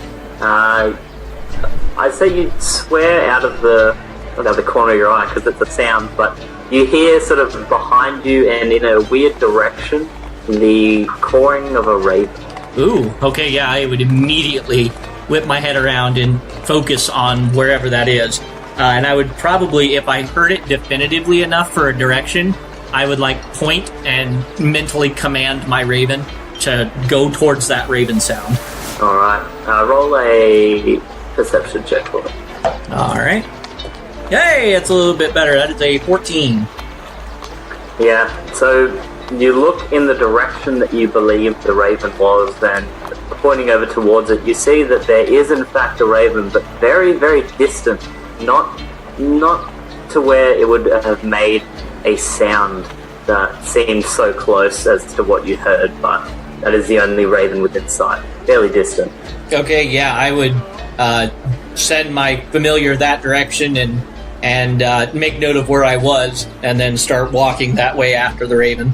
As the raven sort of notices you begin walking towards it, it flies about 15 or 20 feet in another direction, then stops and sort of waits for you to continue following it. Okay, yeah, no, seeing that, I would start hoofing it. 40 feet movement speed, so I would probably not like dash, to wear myself out, but I would definitely start jogging a little bit. Nothing like a man in a raven mask sprinting around at 7:30 a.m. Exactly. Oh, exactly. With my giant gold. Yeah, well, I would probably have to dismiss my hacked weapon, but yeah, the one I was going to say, a giant raven mask guy in red robes, charging ahead with a spear. But yeah, no, I would dismiss my packed weapon and just kind of lightly jog to kind of keep up that way. Yes, running with scissors is scary enough, let alone running with a spear. Yes. Alright, I'll get you to... I'd say with your perception check, you'd be able to continue following it for about 10 minutes each time, sort of veering away. The faster that you're keeping up with it, it's almost keeping the exact same pace ahead of you. And it leads you away and nearly entirely from the Merchants Guild and begins heading towards the Temples District. Okay, yeah, I would just continue booking it. If I see it's super crowded or there's people in the way, I would, slow down enough that I don't bowl people over, but otherwise I would be maintaining the fastest, as close to a jog as possible to do that. Yeah, people see you jogging or running in instances, or power walking, and begin sort of clearing out of your way, not wanting to interfere, seeing that you have a fairly determined look.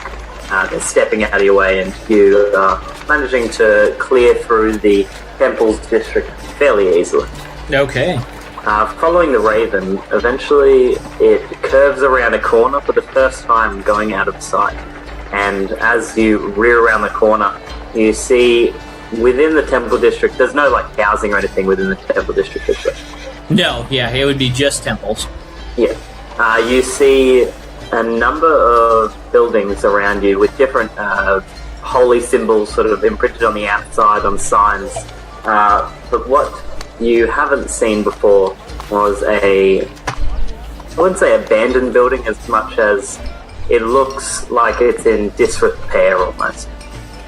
Okay, I would, because I like the flair of this, I would pull out a raven feather, like a little raven token maybe instead of a feather, and channel a little bit of something into it and materialize my glaive into my hand and kind of approach this building a little bit more cautiously. I would have my familiar, kind of swoop around it to make sure that nothing too ominous is around it, but if I don't see any visible threat, I would just kind of use my glaive as a walking stick a little bit and just kind of make my way towards whatever entrance I see. Alright, yeah, I assume you put your vision within your familiar as it passes. Yeah, I would definitely look through my raven's eyes. Alright, yeah. As your raven sort of crests around the back of the building, this building sort of pressed closer to... There are walls sort of surrounding the districts, aren't there? Kind of, yeah. It would mostly just be a bunch of buildings, but yeah, there would be, low walls occasionally separating, especially the rich districts like that from the other districts. Okay. So passing behind this building is a low wall, but between the building and the wall there's like a little cellar door, and you see through the raven's eyes that raven that you've been following just fly into those doors and dematerialize. Okay, I would have my raven perch there right by the, wherever it can see that cellar door, and then just wait for me to get there. And I would cautiously open the cellar doors when I get there. Yeah, as you're approaching, it's like someone knew you were coming in. One of the doors opens up for you. Okay, yeah, I would have my raven jump back on my shoulder, and I would cautiously make my way down there. I wouldn't, hold my glaive out menacingly, but I would, have it ready to swing if something does happen. Alright. As soon as you begin taking a few steps down, you notice that there is a person sort of standing off and underneath the other door, who you assume has opened it for you. They're dressed in a long flowing cloak, with little raven feathers sort of making up the majority of this cloak. Okay, yeah, I would, I'm going to make an assumption that, we all know about assumptions, but I'm going to make the assumption that they are with the Raven Queen, and I'll say, something like, hail, what are you? What are you doing down here? Is that your raven that was leading me, or something along those lines? This, we'll say, dark elf female has her white hair sort of down over her face and trying not to make too much sound or noise or anything as you're talking to her. Her eyes sort of like peer up towards you, and she says, "Hail to the Queen of Raven," and just sort of gives you a little nod and a slight bow as you enter in, and she closes the trapdoor on top of the cellar door behind you. Okay, not ominous at all, but I will I will let her lead and I will follow. The cellar, or the staircase leading down, goes for further than what you'd expect a cellar to be located. It's continues down 50 feet directly down into the earth. It appears that this cellar isn't even connected to the house above whatsoever. You follow next to her as she just continues slowly walking down a moderate pace, and eventually the cellar opens up into a large circular room, in the center of which is this huge effigy that you have seen previously in your dreams and that has materialized in front of you, an effigy of the Raven Queen made of sort of woven sticks and raven feathers. Okay, yeah, I would immediately pull a gold piece out of my pouch or whatever and give it to my raven familiar, and have my familiar, depending on how far away the effigy is or whatever, but I'd have the familiar, take the gold coin and drop it, right at the feet of the statue, or if there's an altar or if there's something along those lines, I would have them set it there, and then return to me as I get down on one knee and give thanks to the powers that I've been given, and then stand back up and, refocus on the Dark Elf and continue with whatever they're going to do. You see a few other people around here sort of kneeling down, their heads touching the ground in front of this effigy as they are saying their prayers, kind of motioning up and down. Some of them dressed in the clothes similar to the Dark Elf, but others dressed similar to you, sort of wearing bits and pieces that would sort of display them as a worshipper of the Raven Queen, but not to the point where they're cleric or working within the temple itself. Yeah, and I would also probably dismiss my glaive now that I'm surrounded by quote-unquote friends. I would dismiss the glaive so that it isn't, a giant weapon being brought into a holy place. The Dark Elf just sort of bows her head down towards the statue and looks over towards you. Her face looking very, very dour, and she doesn't really appear to have any emotion on her face whatsoever. Okay, yeah, I would... Go ahead. She says, "We know that you have been looking for us, and we're sorry that we were here." I would say I understand completely why you would probably need to be, but I'm here now, so I will, start taking part as much as I'm able. Do you have anything for me to take or to do or anything like that? I would basically be asking for jobs or services that they need provided, or what I can do to assist the group. Yeah. She would say, recently we've had a number of run-ins with cultists surrounding the King of Undeath in the Abyss. Hence the reason we've had to move our business underground. Usually we're out in public, but our temples were being defaced regularly. Yeah, I would kind of nod my head to get, have her continue so I can get details and figure out what I can do about it. The King of Undeath seeks our patron's title, and his followers are our greatest nemesis currently. Our queen, from what I have seen in my visions, has understood a plea, if I am translating what she's telling me correctly, of yourself. Okay, yeah, I would nod my head. Can I roll a history check to see what I know about the King of Undeath? Yeah, go for it. Oh, wow, that's an 18 plus 2 for 20. Yes, the King of Undeath, otherwise known as Orcus, is the Oh, Demon Lord. Duh, I knew that. Okay, I didn't catch it without the name, but okay, yeah, Orcus. Awesome. Great. First Jubilix, now Orcus. Out of the abyss all over again. Exactly. I need Squig and Bitterfang.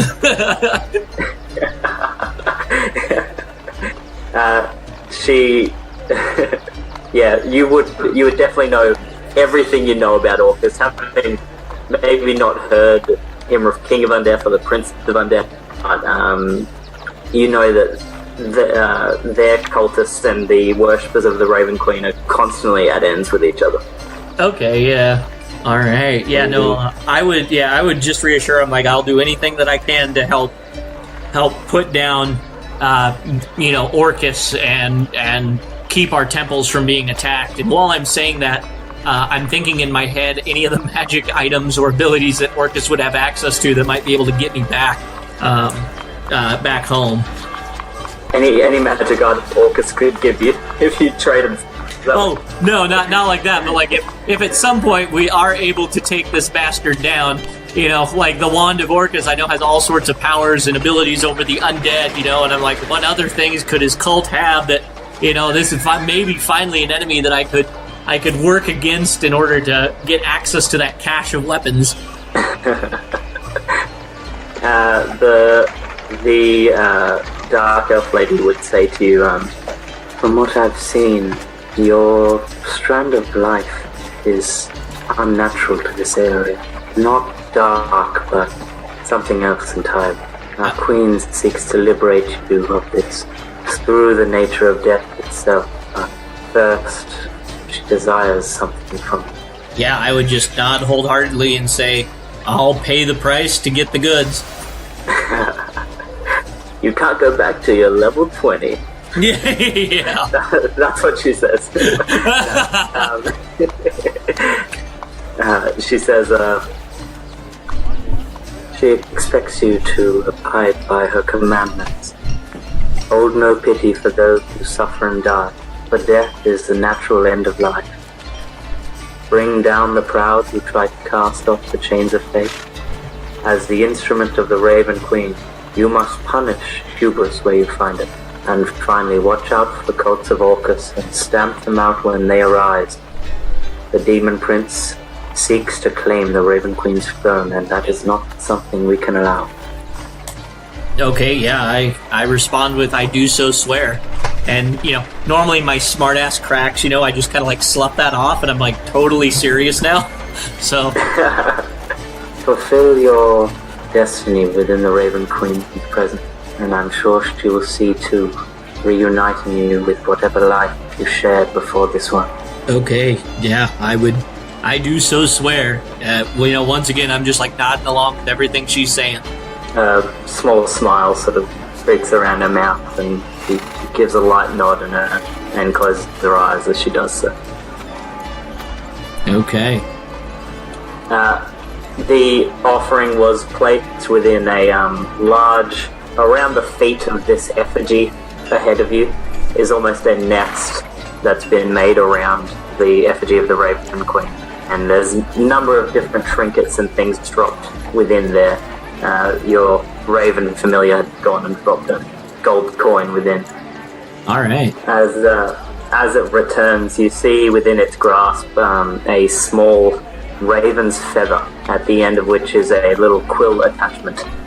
Ooh. Okay, yeah, I'd check it out. Yeah, the raven lands back onto your shoulder, holding the quill in one hand, a quill with a large raven feather behind it. And the dark elf sort of looks towards you and says, I can't guarantee, but should you ever have questions for our matron, you can take this quill and write into any parchment, and there's a chance she may answer your call. Awesome. I would reverently, with both hands, take it, and place it within whichever pouch or pocket that would be the most secure and less likely to be crushed. It feels very sturdy to you. The feather itself is weighty, a lot weightier than what you'd expect a raven's feather to be. And as you placed it down, you feel you feel as you sort of let it go, like it's hard to explain the feeling you get. It's like a long lost sort of heirloom or something that you've felt before. It's odd. Okay, yeah, no, I would then even more reverently, after I put it in the pouch, I would, pat it to make sure that, it's secured and everything. I would definitely cherish that. She says, I understand that you've been searching for a car. My familiar was watching over you and I listened. Yes, as soon as I'm able to find one, I would like to amass some allies and we could, as a group maybe help defeat Orcus's cult. This is what I hope to hear. The temple itself has a wagon that would be appropriate use, but I require something of you if you are. Yes, I would be able to pay whatever price. Yes, the drow looks towards you and says, in order for you to receive this wagon from us as a gift, we will need you to complete a task. That task being, recently we have heard that in the sewers underneath the temple's district, there are a small number of glyphs that have caused the reanimation of anyone who dies within the sewers down there.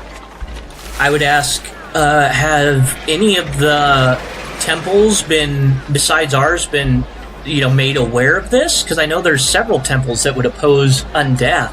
Or is this just, specifically, are these undead directed against us only, or what? None of these glyphs have caused any undeath, but... Oh, okay, but they're there and could. From what we hear, they are there. Okay. Nothing yet to take other temples to take note and seek the destruction of them, but preemptively, we desire them to be rid of. Okay, yeah, I would, nod my head deeply and say as soon as I'm able to gather some allies, I would be more than happy to do this. I will begin recruiting allies first thing in the morning. She bows deeply and thanks you.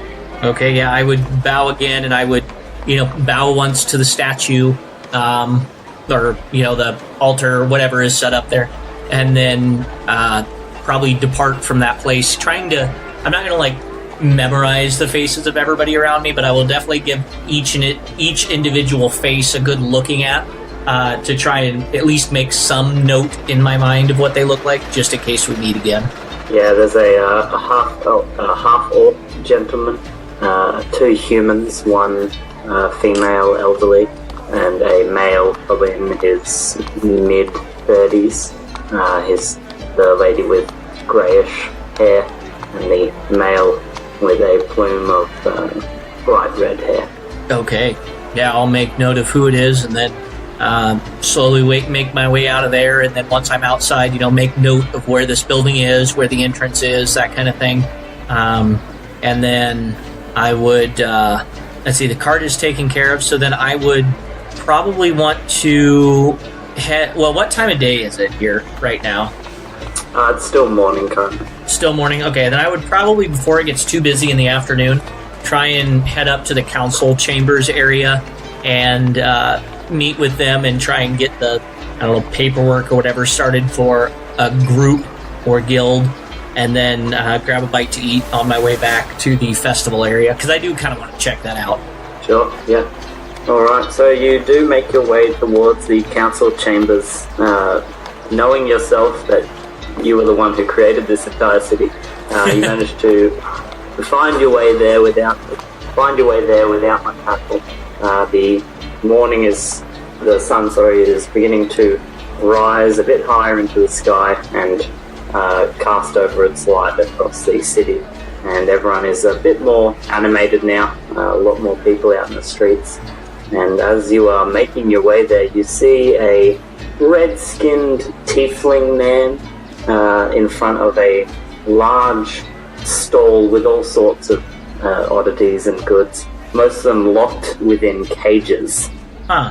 I would get closer to inspect. Alright, yeah, so you see this tiefling man in front of this very odd stall with a number of strange and interesting-looking items, many of them which are sealed within cages and cabinets. The tiefling man is wearing a long white cloak, a white suit with long sort of dangly coattails that hang down towards the floor. He kind of giving a smile to everyone as they walk by, but he is sort of creepy in his stance and is like leaning forward towards people as they go by him and spring to them a little. Okay. Yeah, I would probably get closer and just inquire as to what these items and things are. As you get close, he sort of leans in towards you with a smile, looking up at you through some thick black eyebrows, and just says, "You need a bargain?" With one eyebrows raised, I said, "I'm always in for the right price." "Come have a look at my wares, then, please." As he begins, like, slowly backing up, not leaving eye contact with you. Oh, man. I'm getting big bad evil guy vibes off of this, but whatever. I'll follow him forward, not breaking eye contact either, making it super awkward for both of us and anybody watching. The faintest smell of brimstone wafts into your nose as you're sort of following him, but he backs up slowly and he says, "Some of these items I have available, for instance, a bag that can hold up to 500 pounds of item, as if it was holding nothing at all." And he points towards a cabinet where a thing is located. He points towards a tan sort of sack, and he says, "This you can pull all sorts of illusions out of." And he moves his hand over towards another cabinet, this one with a cage this time. And seated within the cage, the bars of this cage, is a tiny little fortress.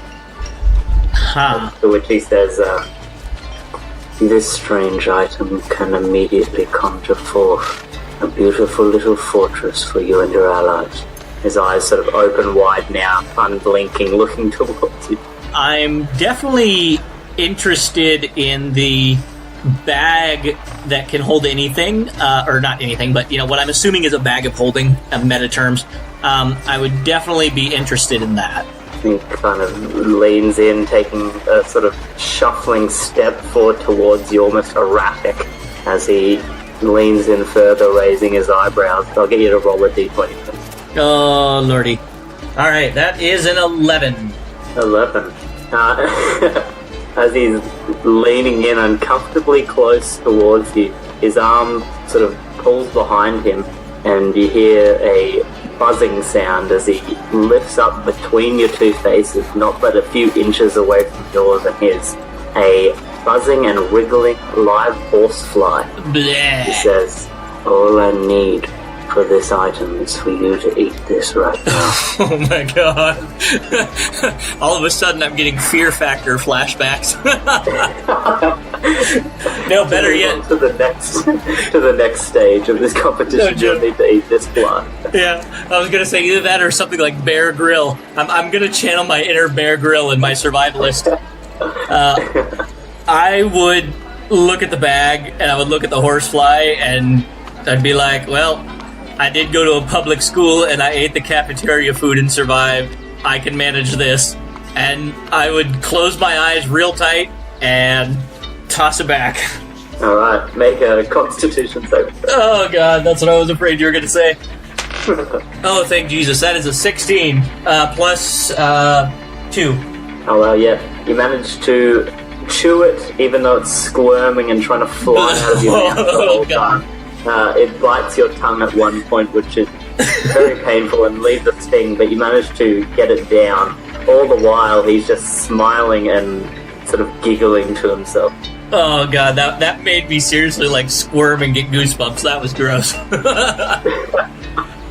After he sees you sort of swallow it, he smiles and nods a number of times, just sort of looking at you, and then turns around, bringing out a ring of keys from his side and undoes the case where the bag of holding is kept. He pulls it out and slowly shuffles over towards you, getting the same distance, probably only 5 inches away from your face, and hands it over to you. Okay, I in the 5 inches, just enough so that our heads don't like touch, I kind of nod my head to him, and while trying to continue to keep my gorge down, I'm going to be like, if you need anybody to eat any more flies for items, come find me. He nods a number more times, his eyes open very wide. You get the faintest taste now of brimstone and sulfur within your mouth after eating that fly. And he says, what exactly is your name? I'm going to laugh just really loud once, and in an overly monotone voice, I'm just going to say, Bob. Bob. So the merchant sort of begins backing up away from you, not breaking eye contact one bit as he sort of backs up to his stalls, his hand kind of touching the back of them as he kind of grasps at the cages and stuff, looking around, just sort of smiling and nodding his head consistently. That's great. And you now have a bag of holding.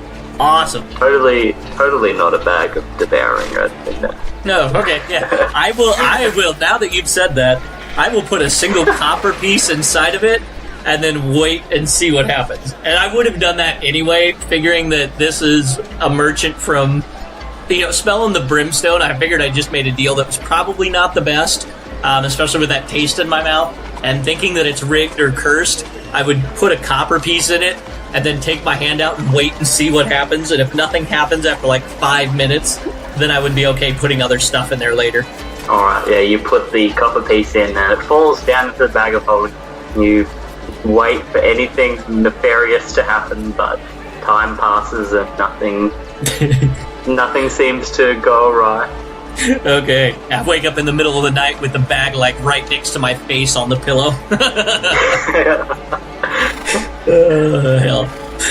Okay, yeah, awesome. Then I would, thinking I got an okay deal for the price, still tasting brimstone, I would stop at the first tavern I could to get a mug of ale to toss back. I don't care what the price is, toss back a mug of something to get the taste out of my mouth, and then continue up to the council chambers. Too easy. A mug of mead would only cost you 2 coppers from the local establishment you walk by. Price, that's an easy price to pay. I toss those 2 coppers handily. There's almost a bubbling feeling in your stomach coming from this fly. As the liquid passes down, it's like, doesn't quite feel like it's turning your stomach into like a cauldron, but you feel the slow sort of bubbling within your stomach. Ugh. I grit my teeth and I decide to get through it, really missing antacids.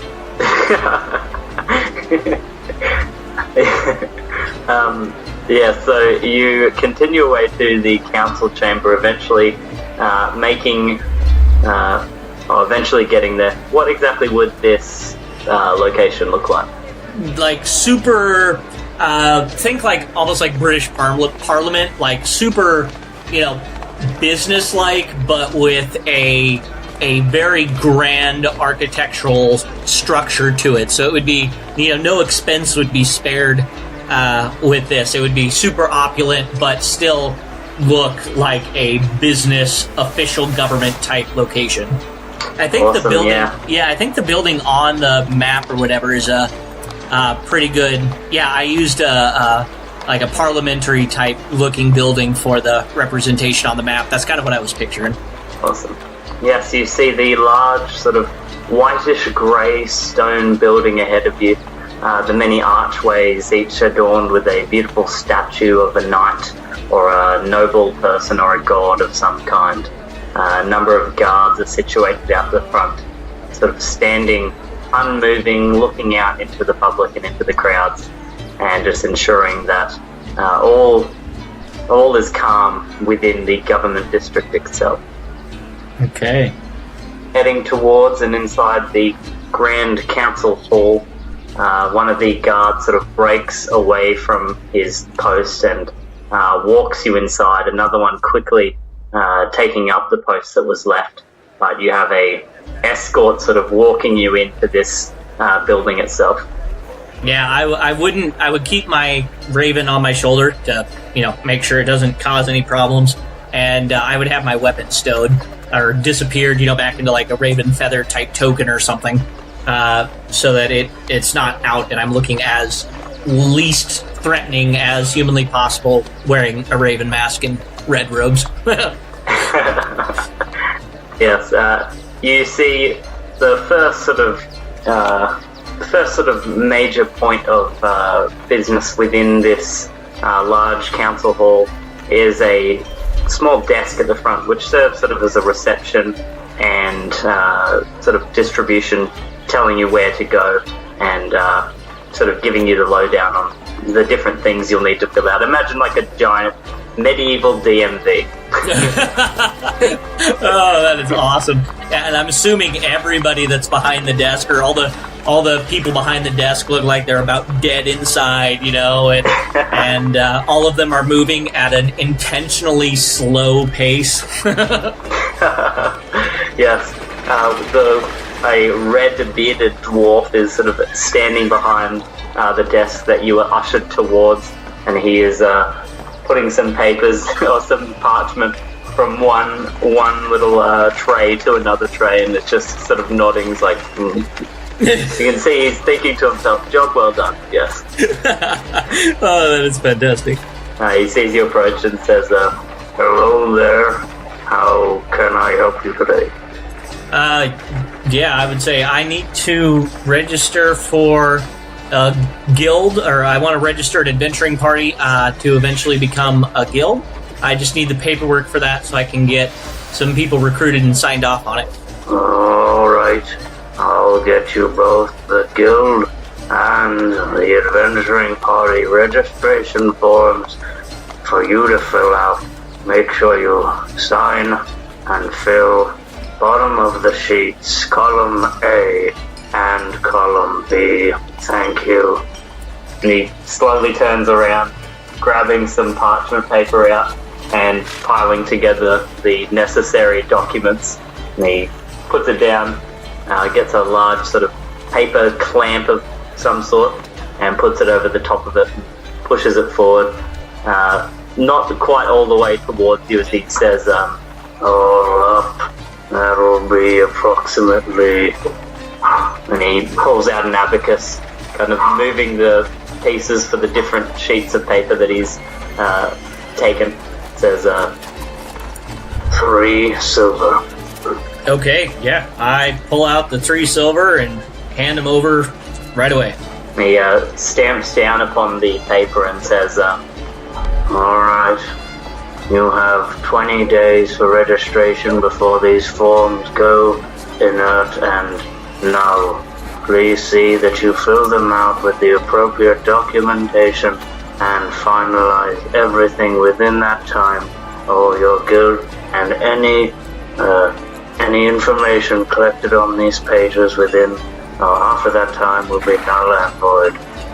Okay, yeah, no, I'm writing that down for myself, but I would make note of 20 days after today. So just to be safe, I'm going to write down that it needs to be in by the 26th. Or, no, because today is the 17th, so it would be the 6th, today is the 16th. So I would say it needs to be in by the 5th of next month, just to be sure. He nods and, anything else I can help you with? No, that would be it, I think. Alright, and he sort of dings a little bell next to him, confirming a successful transaction and alerting the next person in line to continue up to the front where he can assist them. Okay, yeah, I would tape my paperwork, head back to the Tinkers Guild, and now that I already made one really good deal for the day, and my money is getting a little bit, strapped. I want to have a little bit of cash just in case I have to bribe people to sign the forms.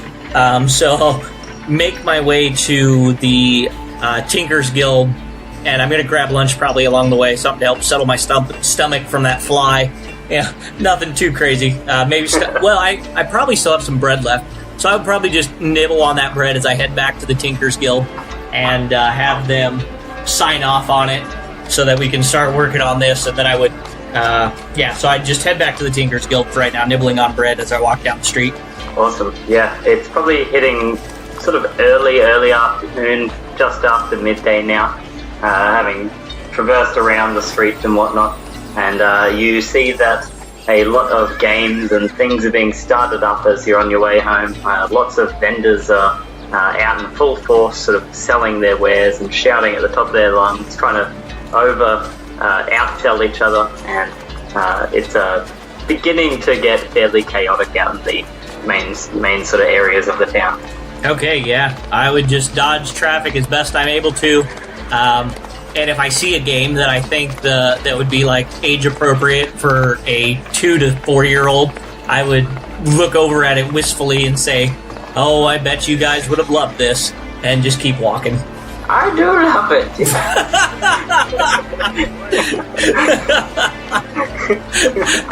At this point, I'm not even surprised by him. I just look over and nod my head to him and just keep going. Little halfling man, throwing beanbags around or something like that. So yeah, then I would make my way to the Tinkers Guild. All right, yeah. Heading on your way there, you walk past that large fun house, and as you sort of see it off in your sight, you see the exit door at the back of the fun house, where a young girl runs out, just sort of bursting through the doors, screaming with her hands up in the air, like, "Ah!" as she sort of charges off and then stops to catch her breath. Yeah, that would just pique my interest. I would run over there.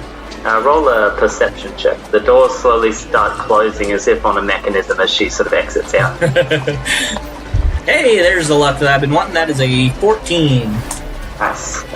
You see within a Harlequin-esque looking character, dressed in a long, flowy sort of dress with all different plumes of colours coming off it, and clown sort of face paint sort of smeared across her face and back into her hair, this like white paint with red around the eyes and around the lips, looking very goofy but sort of startling. You can understand why this young girl would have charged away with such a intensity. Yeah, I am all about trying to see what this place is about. Like I said, the idea of a carnival, but like a magical carnival, is really piquing my interest. So I would go around to the front and just kind of get in line or get ready to, or talk to the guy and pay the fee, whatever it's going to take. Yeah, there's a small line of about 12 people right now. They've all heard the many screams coming from within and out the back, and no one seems that fazed. They're excited and smiling, expecting this all to be a very interesting experience. Yeah, awesome. As you approach the front of the line, it probably takes about 5 minutes or so for the people within to clear out, and then you get allowed through to the front of the line. The large elven man with the 2-foot-tall top hat sort of bows to you and says, "Good to see you once again," as he sort of lifts his top hat down and puts it almost like a coin collection. Okay, yeah, I say I keep my word. And what was everybody else dropping into the hat? I believe, if I remember correctly, it was 2 silver. Okay, yeah, then I would drop the 2 silver in, and we'll figure it out later if it's not. But yeah, I would drop whatever the fee is into the hat and be ready to go. Alright, yeah, the 2 silver falls down. You do not hear it clink with the other silver, and he sort of lifts it up and puts it on top of his head, giving you a nod as you are ushered within the house itself. The large sort of, it's like a circular door with a pattern on it, opens up as a half-orc gentleman inside gives you a nod, holding onto a large handle. You step within and he closes it behind you, and you hear the faint sound of like sort of carnival-y music playing within, sort of emanating from every direction. You're unsure where a band is or if there even is a band within. Okay, yeah, I just keep walking forward with my wits about me. Yeah, this little entrance area you're in is directly down onto stonework or grass, whatever would be underneath you. on the main sort of stretch of road off the edge, probably like a little patch of grass. And there is another singular door that leads in. It's sort of like a little entranceway where he just sort of lets you in. Okay. Yeah, I keep going. All right. As you push open that door, you see a T section up ahead, with two directions heading off to the left and to your right. You believe that this would be some sort of maze, perhaps, at the start. All right, yeah, I would... I'm not even going to risk just guessing. I'm going to put my hand on the left wall and just start following it, and I'm going to go slowly putting weight on the ball of my foot as I'm walking, just to see if there's anything on the ground that looks, not great. And I'm just going to walk with my hand on the wall the whole time. All right. You skirt around a number of different passageways, avoiding some dead ends, and then coming around to an opening which opens up for a bit further, but then curves around to the left again for another dead end.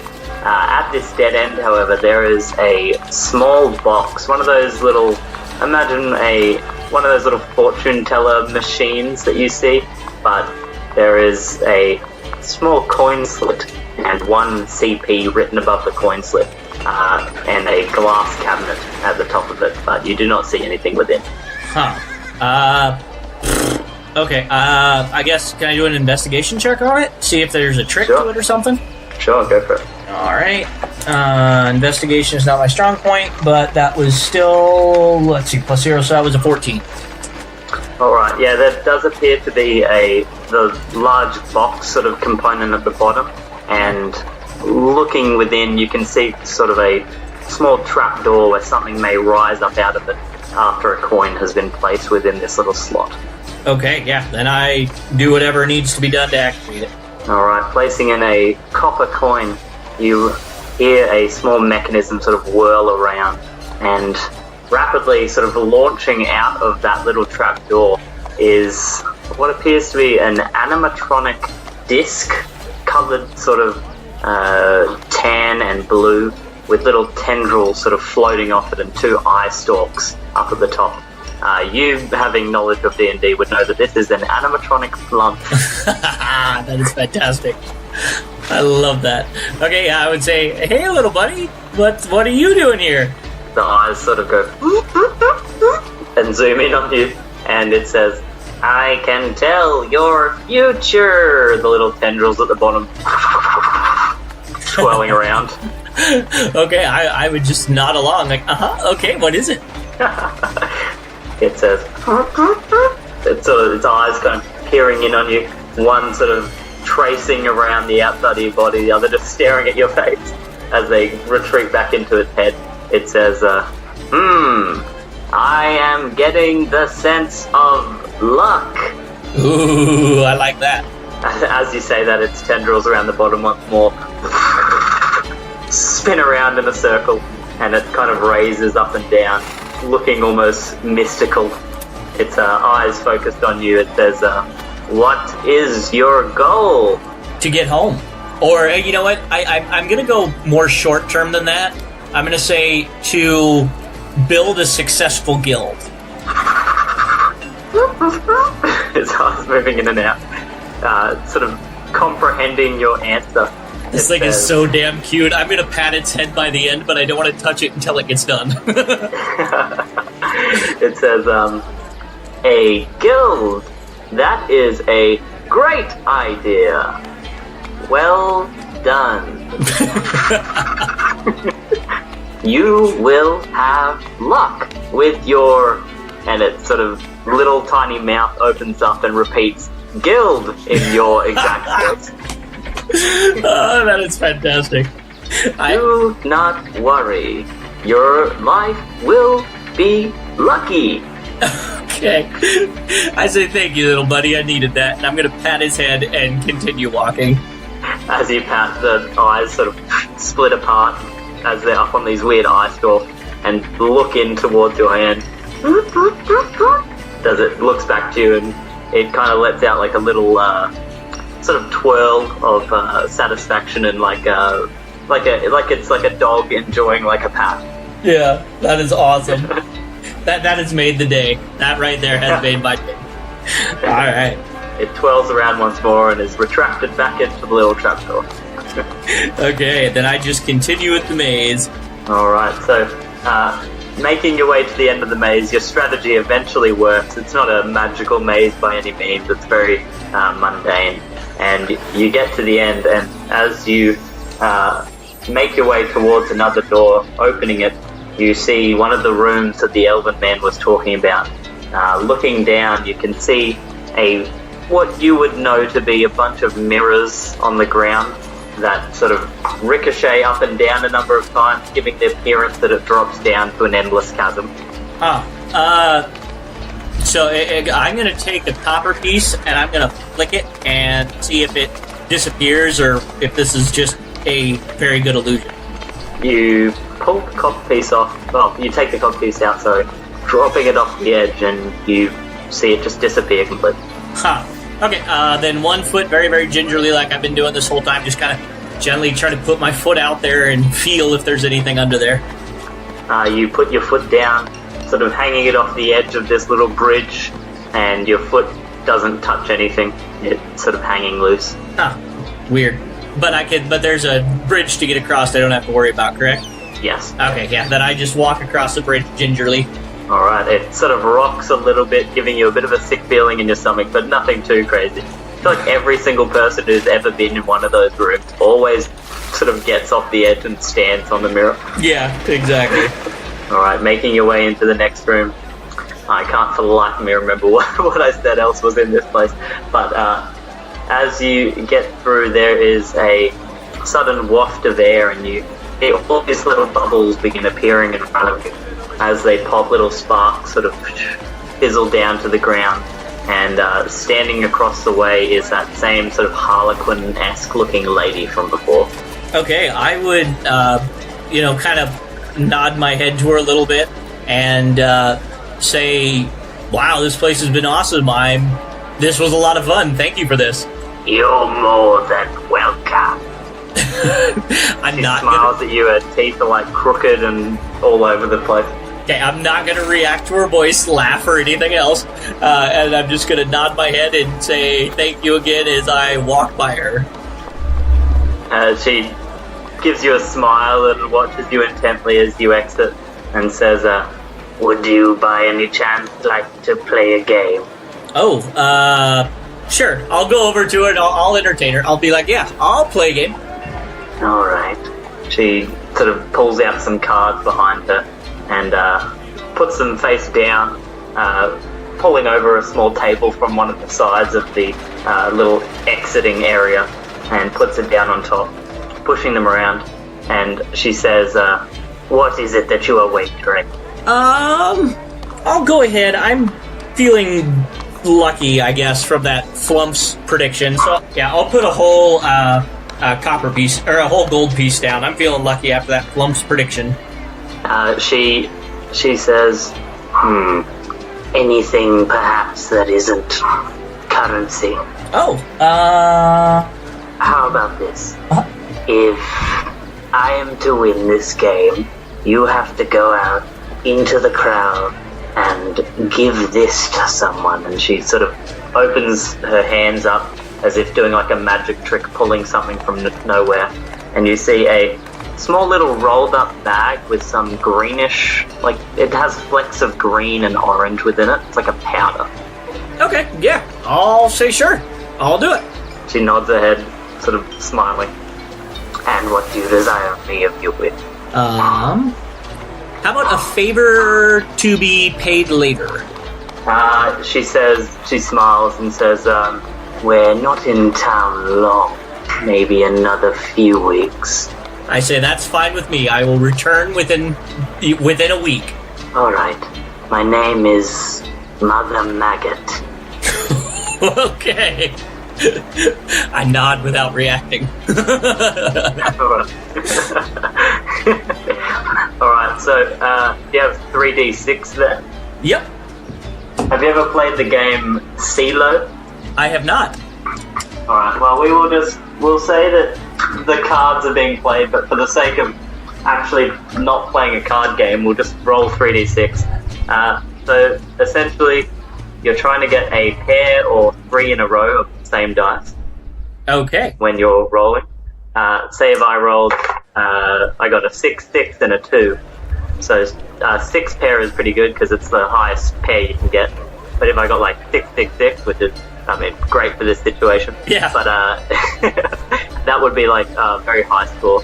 Okay. I believe a 4, 5, 6 is even higher than that, and then a 1, 2, 3 is even higher than that still. Okay, yeah. No, I'm down. Oh, God. I got absolutely nothing. Same here. 2, 4, 6. Okay. Roll the one more time. Oh, Jesus, dropped dice. Nothing again. 1, 4, 6. Okay. I got the exact same as you. That's awesome. Alright, one more time. Okay. Hey, I got 2 4s. Alright. I got nothing then, so you have won this game. She will say you draw a number of cards and put them down. Whoever's face value was higher at the end would have ended up the victor of this small little game of chance. Okay. She sort of grimaces a little, but nods and says, "It looks like you've won." Okay, I nod my head and I say I will be back within the week then. Alright. See you then. Okay. Sort of pulls the table off to the edge once more, sort of planting it down firmly. And what was her name again? Mother Maggot, was it? Yes. Okay. Alright, yeah, then As before you walk out, she says, "And if you wouldn't mind running out in terror, that would be great for business, thank you." I turn, give her a wink and a thumbs up, and then I proceed to run outside, and I scream at the top of my lungs. I have my Raven familiar behind me, like swoop at me like it's trying to attack me or whatever, just for the show, and I run through the crowd towards the Tinker's Guild. She's like flailing her arms around, acting all scary, and people are looking in and gasping as you charge out. And she gives a bow to all the people and to you as the doors automatically close around her. That's awesome. I run around the first corner I can find, stop, laugh, and then I begin walking like a normal person back to the Tinker's Guild. Alright, so continuing on to the Tinker's Guild. People have got their inventions out and about, many of them receiving sponsorships to continue building strange oddities, attempting to get their innovations out into the world. You see things that look like automatic forks that chuck food into your mouth without having to leave the bowl. Other things to do with farming and whatnot, like we discussed before, that incredible death machine with the scythe is actually getting a lot of attention now and is one of the main pieces within the sort of district that the Tinker's Guild is within. Yeah, I'm like squinting at it. I'm like, that's going to end up being a dungeon trap one of these days. I know it. And funnily enough, it has been in one of my games. That's awesome. Alright, so you make your way into the Tinker's Guild, searching for someone to sign. Yep, I would do that. Would the only person who is able to sign the what's the man in charge of the Tinker's Guild's name? Yeah, that would be crap. It's the gnome that you really like the name for.